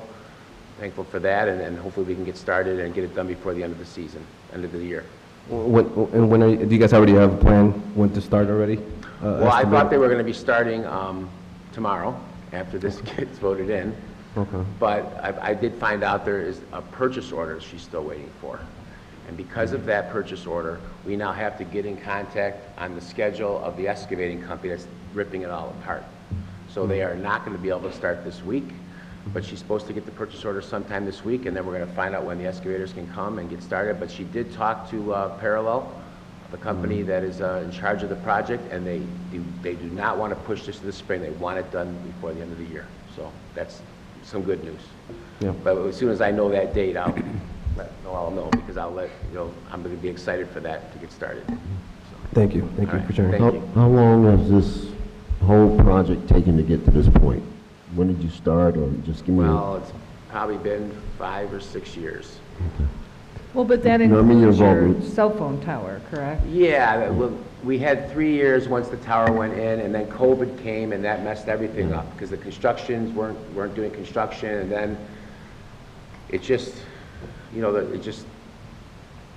I am embarrassed about how long it's taken, but I obviously, once I got hold of this girl Laura about over a year ago, she has been very helpful with getting me to get this done for not only you guys, but for me, because I've been wanting it. I kept calling the same guy every week, and he kept telling me it's in engineering, but then we finally got to the right girl who could get the ball moving.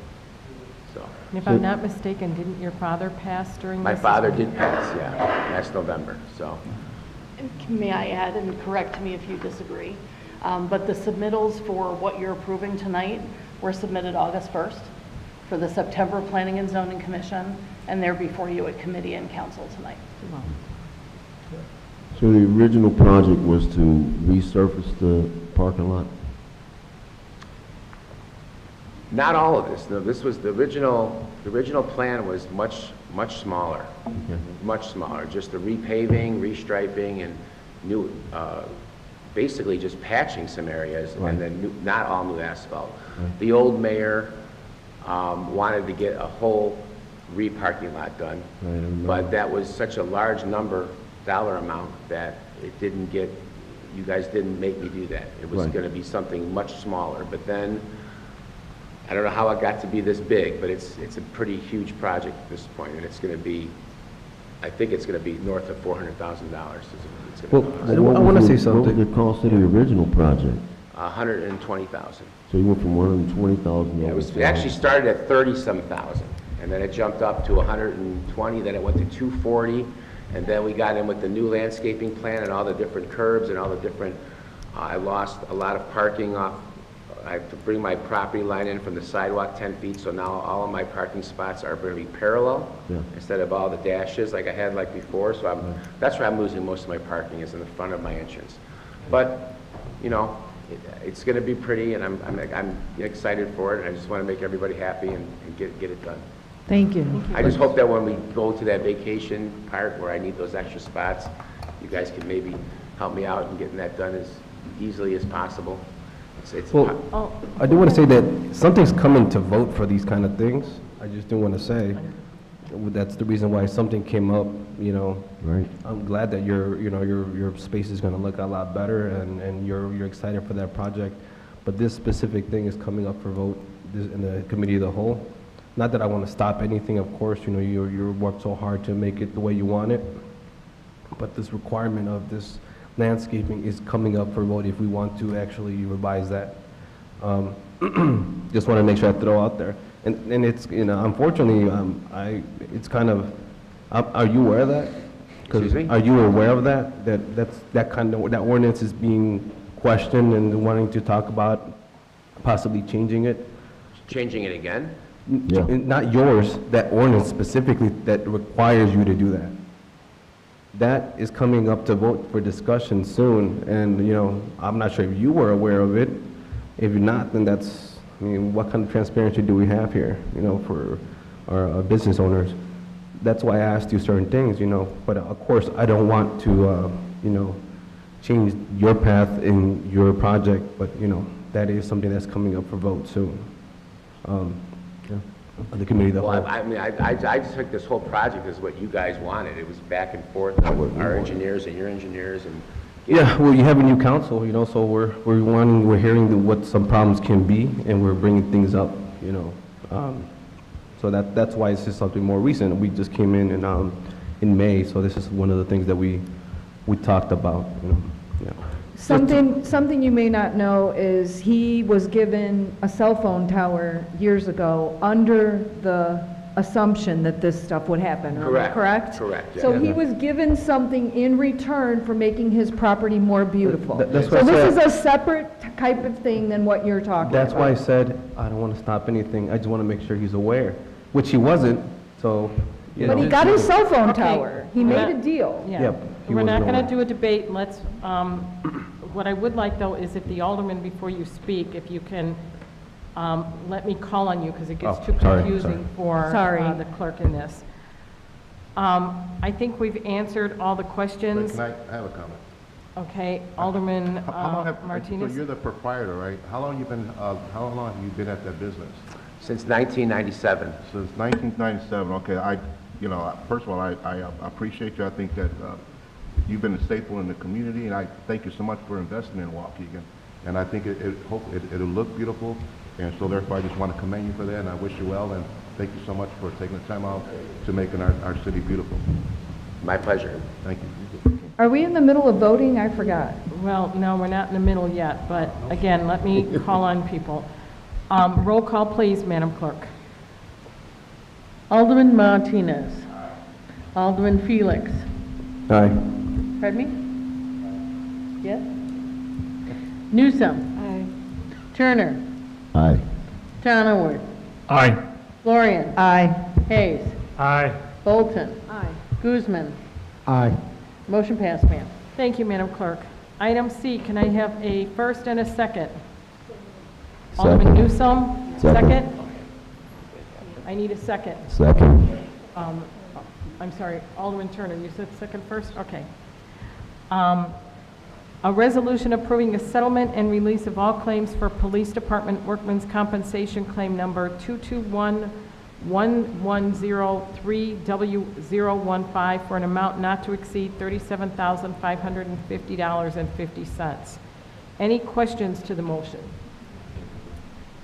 Okay, roll call, please. Alderman Martinez. Aye. Felix. Aye. Newsom. Aye. Turner. Aye. Donoward. Aye. Florian. Aye.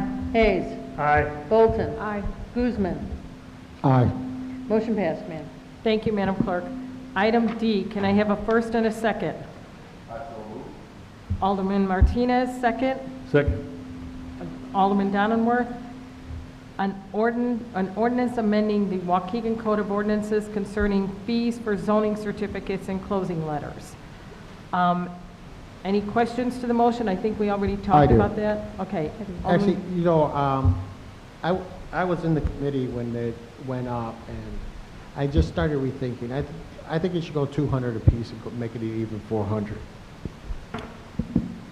I disagree. So I'm put a motion to amend for 200 apiece and make it 400 even. Mayor. Was Alderman Bolton, were you next? Yes, Hold Alderman on. Bolton. Oh, I was just He going. made a motion to amend. Oh, okay, do you need a second then? Call for a second. Okay, you're doing a Second. second? Alderman Bolton, okay. Oh, shit. Okay, so we have a first and a second. Who's second? Alderman Bolton. Okay, so just to clarify, there is the ordinance as proposed would set a fee for zoning certificates and closing letters. These are two documents that are necessary to sell property and require staff involvement.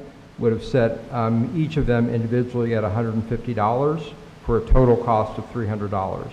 Alderman Guzman's motion to amend would increase the price for both of those from $150 to $200 for a total price of $400 to cover staff time.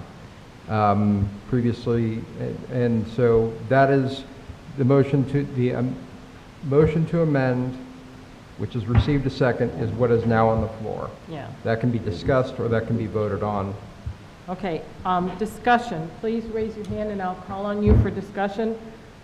Alderman Bolton. Yes, I thank you for elaborating on that, but just for the benefit of our audience, can you elaborate what all this involved? And I think it was mentioned we're the cheapest compared to Chicago. What? Right, Chief? Thank you. Good evening, everyone, again. So I'm not sure if we're the cheapest, but I do know that most communities charge a transfer tax, and that tax can range anywhere from 0.5% to 1.5%. So if you take the median sale price of a house here in Waukegan, you're roughly at around $150,000. At 1%, that's $1,500 that people would be paying for closing. We proposed $300, and Alderman Guzman now says $400. So we're still, a fifth of what other communities would charge. Alderman Turner, were you next? Yes, thank you. I've said it before, I've said it again, can't be business friendly if you're not business friendly, and it seems like we're wanting to penalize people for doing business. I'm looking at the document, and the zoning certificate was at $100. I'm not understanding if the closing letter fee, is that a new? The closing letter was already there, Alderman. Yeah. Okay. And it was 100 before, so all we're doing is adding $50 to each one of those. Right. So I can't vote for that. I'm not in favor of increasing fees and taxes and such unless I see some effort to reduce the spend, and I've got issues with some other spending items. So I'd say no. Leave it as it is, $100. Alderman Hayes? My comment is, I would just caution against the arbitrary nature of just saying, well, I feel like it should be higher, so let's go to 200. We're addressing this based on a staff's recommendation, based on whatever investigation staff undertook to arrive at an increased number. And we trust, can you hear me okay? Okay, and we trust that staff has done its due diligence. But to just sit up here and start throwing out random numbers and suggesting that fees be higher, I think we lose a little bit of credibility with the public if we're just throwing a dart and saying the number should be 300 or 400 or whatever it might be. So it was addressed in committee. I understand that there maybe is a motion now to amend that fee, and I would agree with Alderman Turner that to a certain extent it is important that we are commensurate with the market as it relates to these fines, but let's not impose them arbitrarily and look like we're not taking into account either the buyer or the seller's burden in these real estate transactions. It is very easy to sit up here and throw around numbers without really thinking about the implications of those numbers on the people and the people that it's impacting. So my comment is more a word of caution and perhaps a loss of credibility for the city council if we don't think through the fines that we're imposing and the numbers that we are throwing out there. So I'm on board with raising the fee. I get that, and I understand the transfer tax and why we've gone this route instead of the transfer tax. But it is, it's a bad look, and I'd like to try to avoid that. Okay, any other comments or I do. Alderman Guzman, did you have one? Yes. Okay, so $400, I think it's very reasonable. Like the director said, it could have went into a percentage, which, I mean, you go to any closing at all, you're gonna be fined a percentage. You buy a house, guess how much that closing cost is gonna cost you, that closing letter is gonna cost you. So $400 is very minimal to what it actually is. All I'm asking is to cover all city staff, all city time and actions. So $400 is very minimum. compared to 1,500. Let's go ahead and take the vote on this. There's one more question. Oh, I'm sorry, Alderman Florian, did you have something? Well, but Mr. Sellis runs that department, and he didn't ask for $400 to cover it. And although $400 might not be a whole lot to me or you, it is to some people. I would argue a lot of people in our community. We did a needs assessment through our Lake County Health Department a little over a year ago, and something like, what was it, 60% of people in Waukegan do not have $500 in the bank to cover an emergency. Know how much a transmission is, know how much a hot water heater is, blah, blah, blah. Anyway, I digress. $400 is a lot to some people, and when we're already having trouble having people move into our community, I think you're just adding one more stumbling block by raising a fee, as Alderman Hayes said, kind of arbitrarily, that you think, oh, let's just make it 400.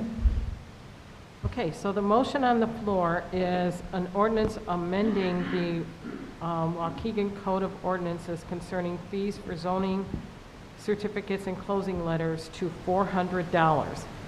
So if you're not in favor of the $400, you're going to vote no on this, and then we can go back to the original one if that's where you're at. But right now, the vote is to amend it to $400, because there's a first and second on that. Madam Clerk, your vote, please, or your roll call, please. Alderman Martinez. No. Felix. Aye. I'm sorry, aye? Yes. Ayes for the amended increase to $400. Newsom. Nay. Turner. No. Donowitz. No. Florian. No. Hayes. No. Bolton. No. Guzman. Aye. Okay, so that... Motion fails. Okay, so let's go back to an ordinance amending the Waukegan Code of Ordinances concerning fees for zoning certificates and closing letters to $300. Roll call, please, Madam Clerk. Alderman Martinez. Aye. Felix. Aye. Newsom. Aye. Turner. No. No? No. Okay. Donowitz. Aye. Florian. Aye. Hayes. Aye. Bolton. No. Guzman. Aye. Motion passed. Okay, thank you, Madam Clerk. Item E, can I have a first and a second? Alderman Newsom is the first, second? Second. Was that Alderman Florian, sorry. A resolution approving and authorizing local share contribution from the U.S. DOT, or DOT, U.S. DOT, Reconnecting Communities and Neighborhoods Programs Community Planning Grant. And this matter was heard by the Community Development Committee on October 2nd, 2023. Any questions to the motion? Alderman Bolton? Once again, for the audience, benefit of the audience, would you explain the nature and the... Sure. So what we do is we bring these grants to you to approve so that we can go ahead and go through the grant process. Yeah. Would you like to explain it? Noel, can you explain it? Just the Nicole substance isn't of the here, grant. correct? But you were part of that committee that did it. This is a grant that we're pursuing in partnership with the City of North Chicago to look at the Sheridan Road Amstutz alignment and how we might better connect the community around the interference of the expressway. So how we can make it a more customer-friendly piece of infrastructure, how we can make it more accessible for business, pedestrian, vehicular traffic. So it's assessing that transportation route between the two communities. So part of that was the Amstutz diet, is what we call it, right? Well, that'll be part of what's Right. looked at, whether a road diet makes sense. That's something that's been proposed for the Amstutz any number of times over the years. So that would be reducing the right-of-way of the roadway, trying to still manage the traffic counts that are there, but instead of having it a 4-lane expressway, making it more of a 4-lane boulevard, something like that, maybe reducing the speed limits. So those are things that would be considered. It's not predetermined, but it's been suggested previously in other planning documents, so that'll be something that we'll look at through this process. Alderman Turner? What's the connection with North Chicago? I mean, we got our piece, they got their piece way down there. Is Right, but they're connected. So it's the whole Sheridan Road and Stutz, it's 137. Okay. From the Navy base, from their South Metro Station in North Chicago, up to Greenwood Avenue, the whole stretch. Cool. So those Thank are you. the two communities that are impacted by that expressway, and so because the whole expressway would be impacted, the two communities are working together on that. And it makes sense for a lot of reasons to work together. I mean, most people who travel a part of it are going from one community to another or through both communities. We've worked successfully with the city of North Chicago on other grant programs, and it also makes us more competitive for grants when we work in partnership. So if we're both pursuing the grant and instead we can work together and do it as a grant application in partnership, then it's more likely to get funded and more likely to be successful because we're not looking at our piece in isolation. All right. And actually, part of this is for us to work together. That's part of the whole grant process, is it has to go together. Did that answer questions on that? Most definitely. Okay. Any other questions to the motion? Okay, roll call, please, Madam Clerk. Alderman Martinez. Aye. Felix. Aye. Newsom. Aye. Turner. Aye. Donnerworth. Aye. Florian. Aye. Hayes. Aye. Bolton. Definitely aye. Guzman. Aye. Motion passed, ma'am. Thank you, Madam Clerk. Alderman time. Alderman Martinez. All right, so I'll make this real quick. I won't hold too much time. I want to thank I want to, first of all, make sure that everyone exercises precaution when driving. We are having major work done in the 3rd Ward. Public Works will be addressing curbs, resurfacing sidewalks, parkway, and pavement markings on Lewis to Macquarie, Glen Flora to Lewis Avenue, and Greenwood Avenue to Glen Flora. So please be very careful when driving through there. It is a 30-day project, so I commend Mr. Garland and his crew for his continuous efforts to help us out in the 3rd Ward. Work on the Berwick Boulevard project will begin this fall, so it should be happening in the next couple of weeks. Thank you, all the residents on Berwick Avenue, for the phone calls and your diligence into this matter. Also, I am on pothole patrol. Again, thanks to the Public Works for their repairing.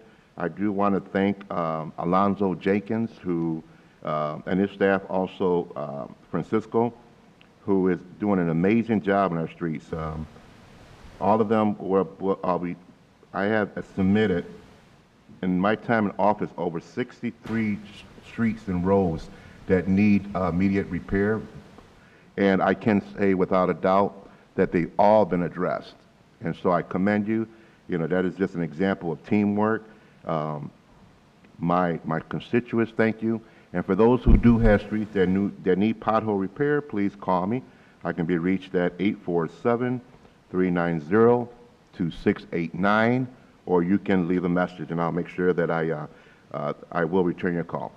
Also, as far as the new garbage, our new garbage and recycling waste service that we have, I did call LRS, and I just want to remind all my constituents that there is a deadline, so please, if you haven't already looked at the brochure, please sign up. It's very simple. I actually reached out today as a customer, and I pretended not to know a word of English, and I can say without a doubt that they do have Spanish-speaking customer service that will help you. They were very friendly, they were embracing, and so for my Hispanic constituents, there is a Spanish-speaking customer service representative or representatives that will assist you on it. So I encourage you to make sure that you fill it out, and therefore you should be okay with that. Also like to welcome Cafe Euphoria to our 3rd Ward. They are located at 2202 Grand Avenue. I went there, great hospitality. I was able to sit down and talk to the proprietor, Maribel Mendoza. She has one heck of a testimony. You know, she started as a nickel and dime store, whatever proprietor, but I mean, she's been through a lot and she has a very rich testimony. But I do welcome everyone to visit. They do have great food. They do have sandwiches. So please, if you ever get the opportunity, please go by there and solicit them. And then also the homecoming parade. The homecoming parade was a big success. I had a lot of feedback from a lot of my constituents in the 3rd Ward that they really enjoyed it, and it was nice to see all the neighbors come out of their homes. I can estimate at least 400 to 500 people out there, and I also got phone calls from my constituents saying that, hey, can we do this on a normal basis every year? So it was a great success, and I had the pleasure of being a Grand Marshal. And again, all those who were there, who supported, the youth, who went to the football game, although we did lose our homecoming game, it was great to see the camaraderie and everyone coming together and supporting a great cause, especially for our students. Also, just remind everyone in Spanish, again, that I am available, and I will say this in Spanish. Si necesita comunicarse conmigo, por favor me puede llamar a 847-390-3689. Gracias. And let me see, Small Business Committee. I'm gardening. I do have 45 small businesses that are interested in creating a committee. Right now, we are shooting for the 3rd week of November.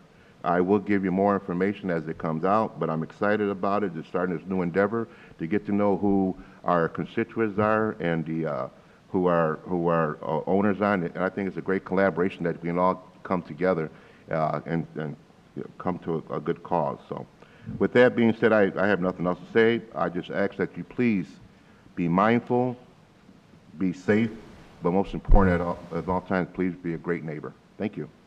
Thank you. Alderman Felix. Thank you. I do want to mention that 2 weeks ago, a few weeks ago, I was contacted by NPR News and PBS to talk about the coal ash. I'll be honest, I wasn't prepared to talk just yet. That's something that I was going to talk about later on.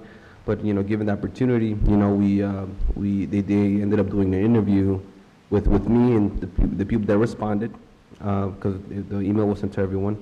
I do want to thank Alderman Bolton for joining, Senator Adrian Johnson, and Rita Mayfield as well.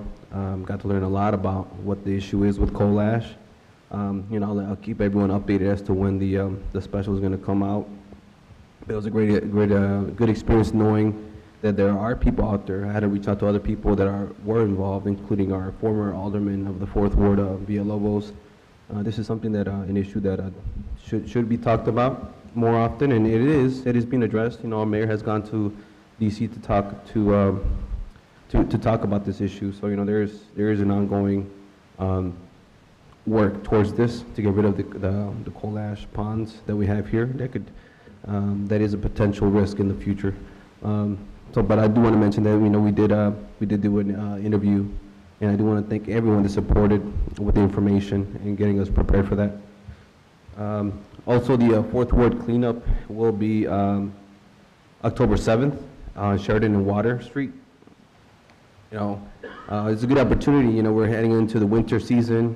Bring all your things that you want to get rid of. Obviously, there is stuff that we cannot accept, but there is definitely a good opportunity to tell your neighbors that and I'll be walking around. You'll see the flyers all over, in some stores that I've been going to. But it's a good opportunity to get rid of the stuff that you don't need at home, and help an elderly person, help your neighbors get rid of the stuff that they don't need. Another thing that I did ask Stu, legal counsel, in our last briefing that can we create our own committee? And he said yes. There is a possibility to do that. So I'll this whole safety committee thing that we've talked about. I want to work more towards that and see what angle we can take into doing something, maybe with what you guys are talking about. But so we can create a committee. I mean, maybe that's an angle that we can take to bring the community more together. So I'll be working towards that. Hopefully with the help of the rest of the council and the mayor. And that's pretty much it. Well, actually no, that's not it. During the beginning on the mayor's comments, I did want to say you know, we might be new, but we also see things differently, and that's why some of these things that you guys are seeing coming out of nowhere. I mean, you saw an example today where, you know, I don't think the resident was fully informed as to that the project that he's going to do is we're making change, or we want to, at least I'm bringing it up for vote or whatever. So there's things that we're seeing that we want to, you know, in our opinion, should be brought up, and that's why you see these things here. So it's not necessarily, you know, we got voted for a reason, and you know we're doing our best to learn fast as possible and get things done. That's the thing, get things done. What you guys saw an example of today, in terms of, you know, we voted on something, on someone getting being hired by us for 3 months. You know, the interim HR. That's the point of this. What we're wanting to do. What Mayor vetoed. That's exactly a great example of what we want to do. We all got a chance to talk to the interim HR director. We all agreed, as unanimously, we all agreed that it's a great fit for what we like and to see in our city. So that's an example of what we want to do, and that's. Oh, I do want to make a comment on the closing fee.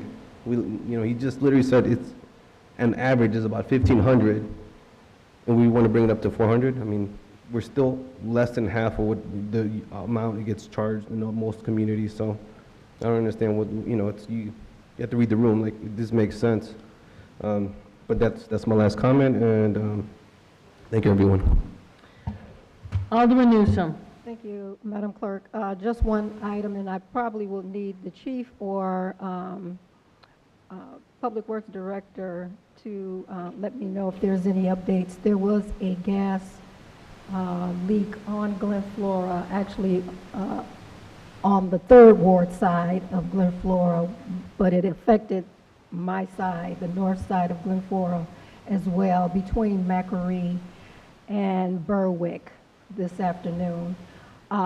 They were doing the work that Alderman Martinez talked about, the curb cuts, and they hit a gas line. So police did go out door to door in that 2-block radius to inform the residents to leave. They had to evacuate until they got it fixed. When I left about 3:30, 3:45 today, they were still at work. I'm not sure if they finished that work yet on Glen Flora. I know that I talked to one of the gentlemen that was from Peter Baker out there, stating that they would not allow the residents back until they had that repaired. And I know North Shore Gas was out there working to make sure that they did that as a priority.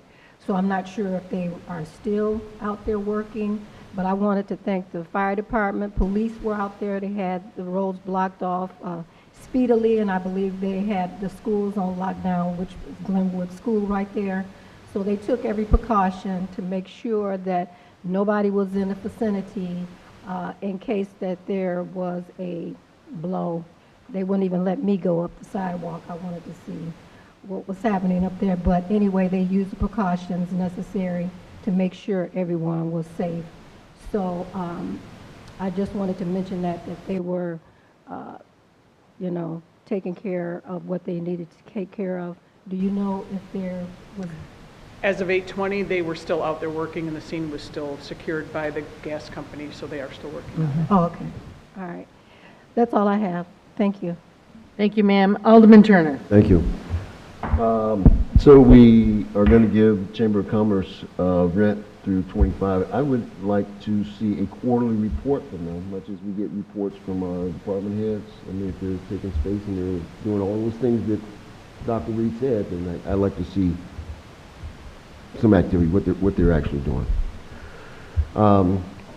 In the 6th Ward, I just want to remind folks, we kind of take a blind eye towards yard signs for like yard sales and garage sales and that kind of thing being placed in the parkways, and signs being placed on telephone poles and light poles for yard sales and for lost pets and those kinds of things. But I want to remind everyone, once your yard sale is over, your pet is found, or you give it up, that please remove those signs. There's been a lot of time going around the ward and taking those signs down. Same goes for when there's an accident scene.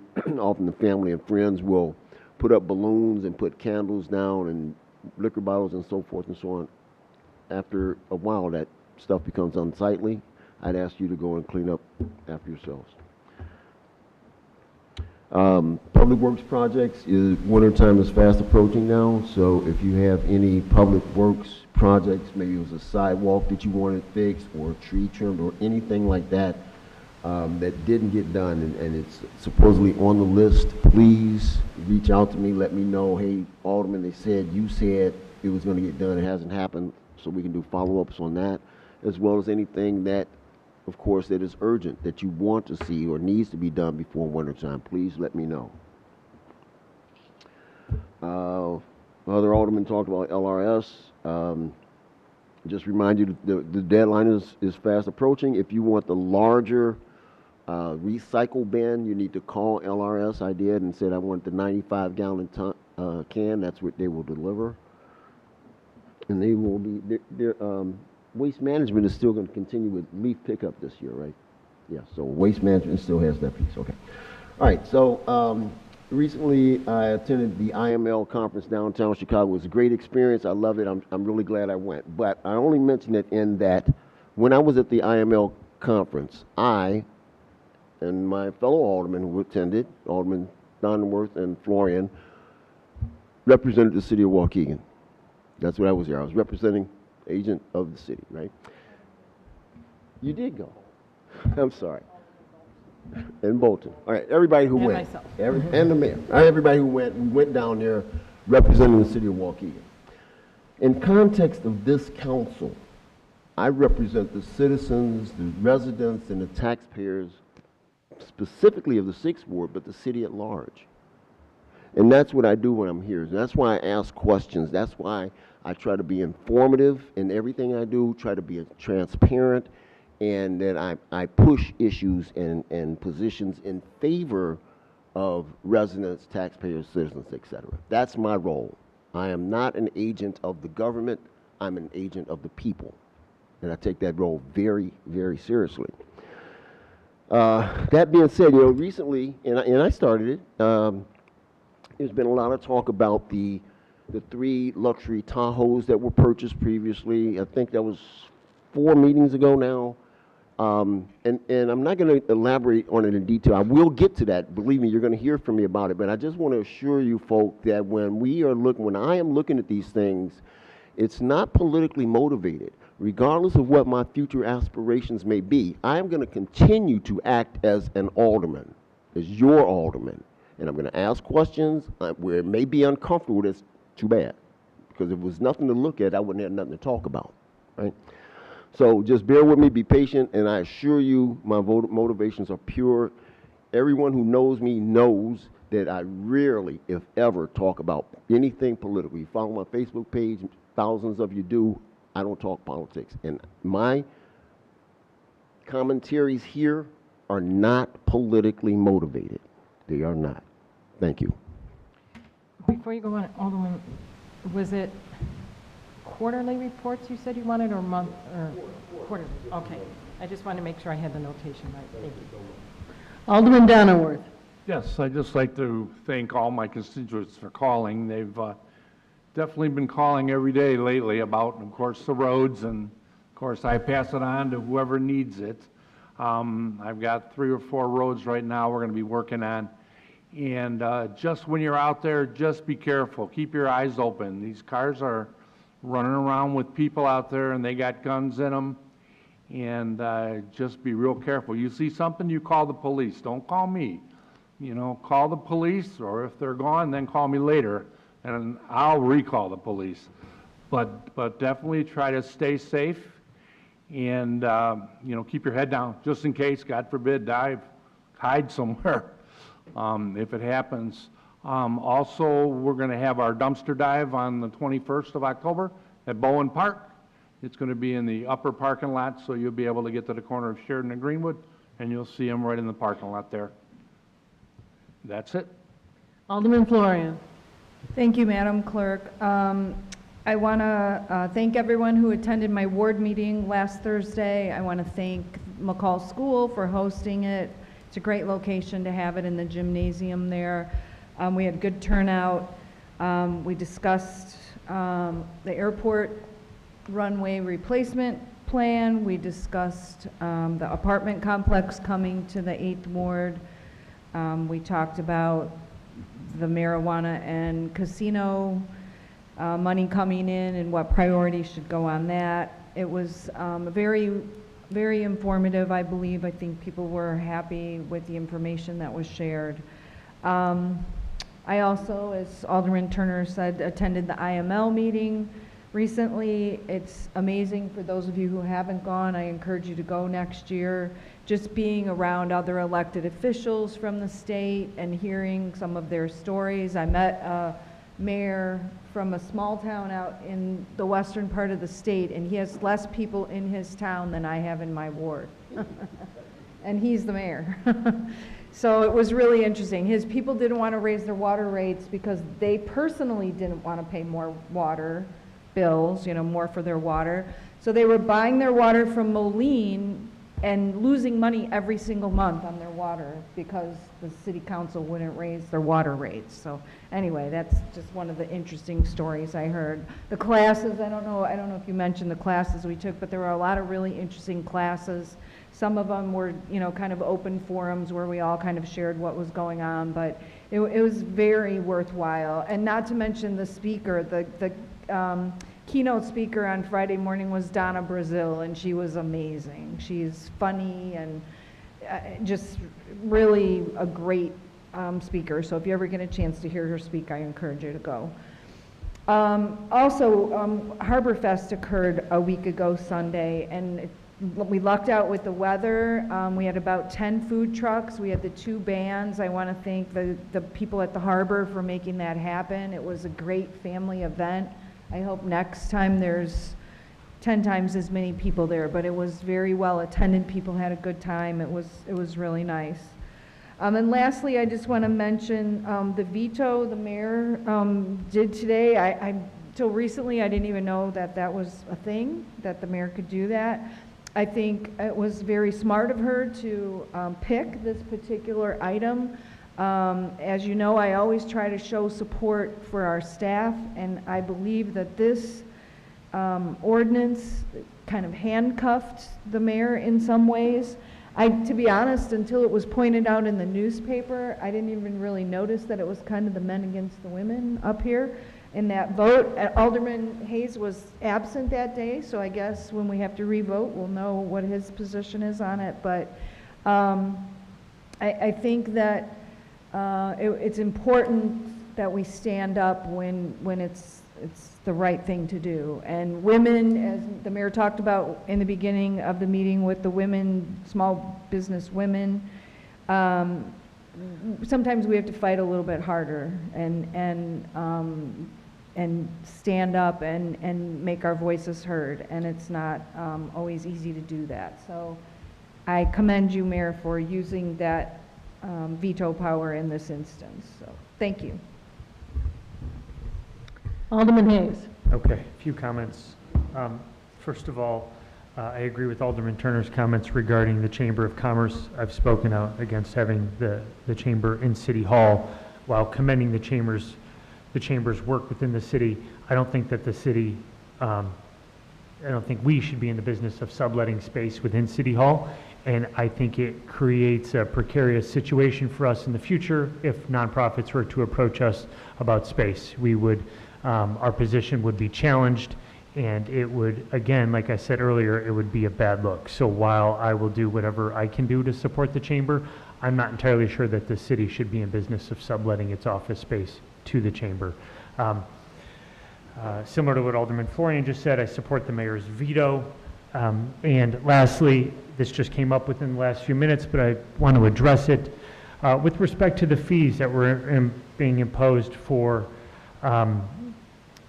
the sale of the property, I know that the commissioner raised the prospect of a transfer tax that is a percentage of the sale of a home.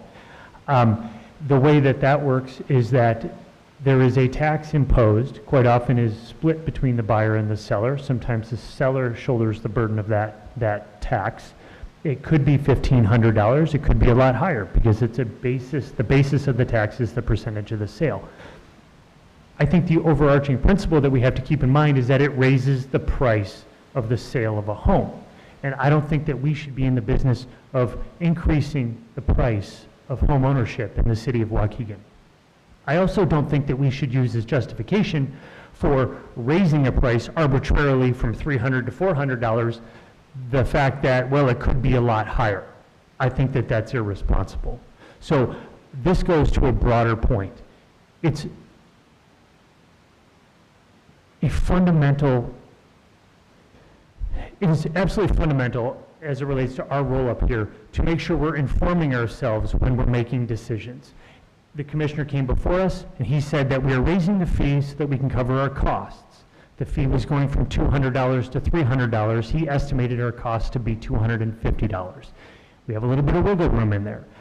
We are not in the business of profiting on the sale or the purchase of people's homes. We are in the business of promoting home ownership in this city, not profiting from it.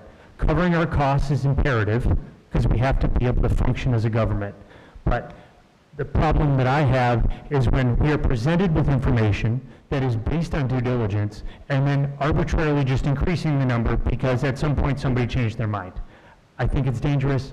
I think it challenges our credibility, and I am cautioning people to not do that.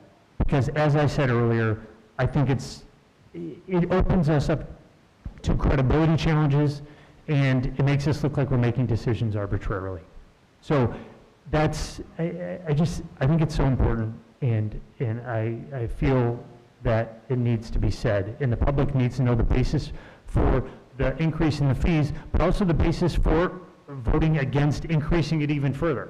So with that said, this is the earliest we've been out of here in a while, so I will stop. Thank you. Alderman Bolton. Yes, there is a dump cleanup I will put out on October 28th. The time will be from 8 to 12 p.m. The date again is October 28th.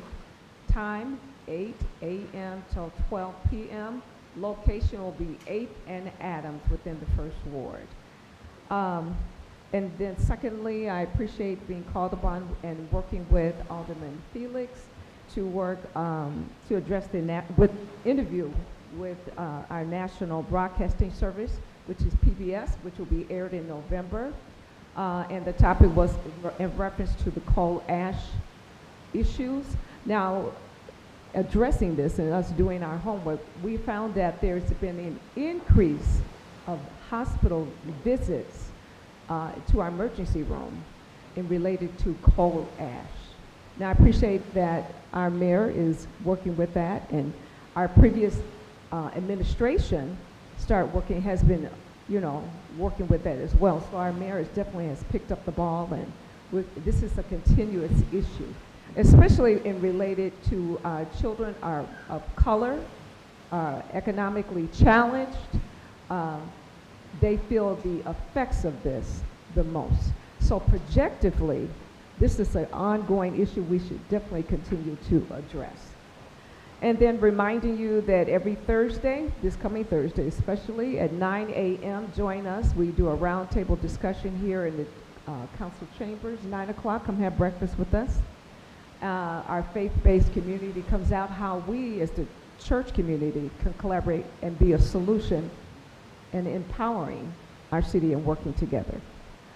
I also attended the MIL conference addressing problematic issues, understanding how to serve you all better in this community, and just working on being more empowered.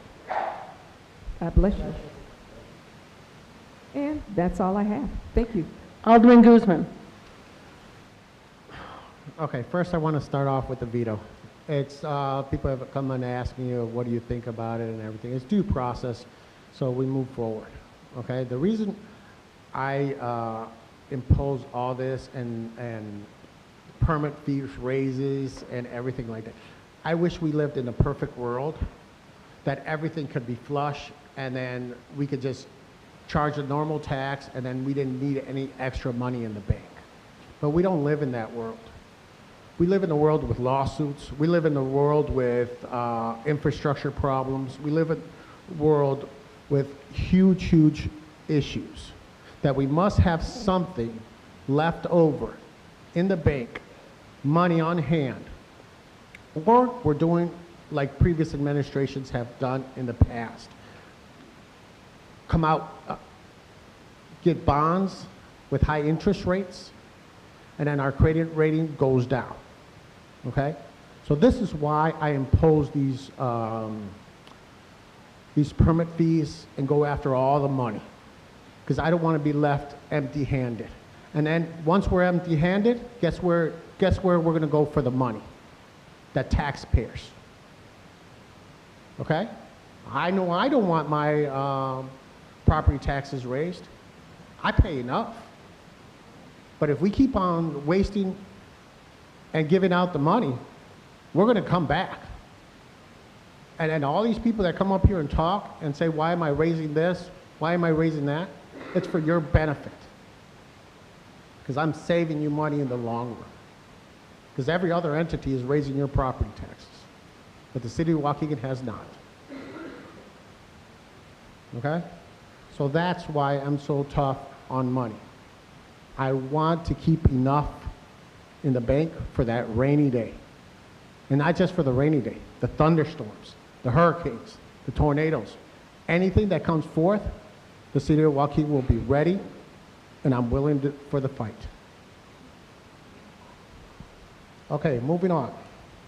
I want to say I'm very happy to say that the struggle for Dunlake Court for being no parking at the entrance has been taken care of. I have received multiple messages. I think I have about 12 residents there that complained at least once a month or once every couple months, and I'm glad they did, because now they don't have to be blocked in and they can just keep moving forward. Second, be mindful for kids are back in school. The school buses, when that stop sign goes out, please stop for it. Don't go around and speed off. Same thing with the PACE buses. Be careful. I mean, sometimes people jump and go in front, across the street or whatever, and somebody just goes around them and they could get into an accident. So let's be very careful. Next, dumpster drop-off, October 14th for the 2nd Ward, 8 to 12 on Dugdale. But it's by the baseball field right there on Dugdale Road, next to the Ankili Center. Come drop off your stuff. I spoke to the chief, and the streets are still getting done on schedule for the fall. For the 2nd Ward, unfortunately we only have 3, which will be for this year will be Marshall, 8th, and Pearsall. It's still on schedule for the fall. I got some exciting news that I'm offering it through to all the wards. I have a veterans liaison. His name is Cal Schumann. If you guys need any help with your veterans benefits or anything to do in all the branches of the federal government, he can help out. Please give me a call back, please give me a call, and I can forward you his contact information, 847-390-2690, and for any complaints or any suggestions so we can move forward. Thank you. Have a good day. I'll just make a couple of short closing remarks. One is that we've talked a lot tonight about some of the rough things happening in our city, but we need to make conscious decisions as we go out there. I'm going to be honest and say driving has become, between speeding and drunk driving again, we have had in the last few months 3 different accidents that our own officers were injured at while at a scene with flashing lights. Drunk drivers hit them. So if you're hitting a drunk driver with flashing lights next to you, what are you doing when you're driving and not noticing lights like that? So please be conscious, be kind-hearted, be good to each other. We only have one life and one spin around the sun, as they say. Please, let's take a gentler approach in our community and work together to try and make our community the best community it can be. With that, can I have a motion to adjourn? So moved. Alderman Newsome, second was Alderman Florian. All those in favor? No, Everyone. no, sit down. I just.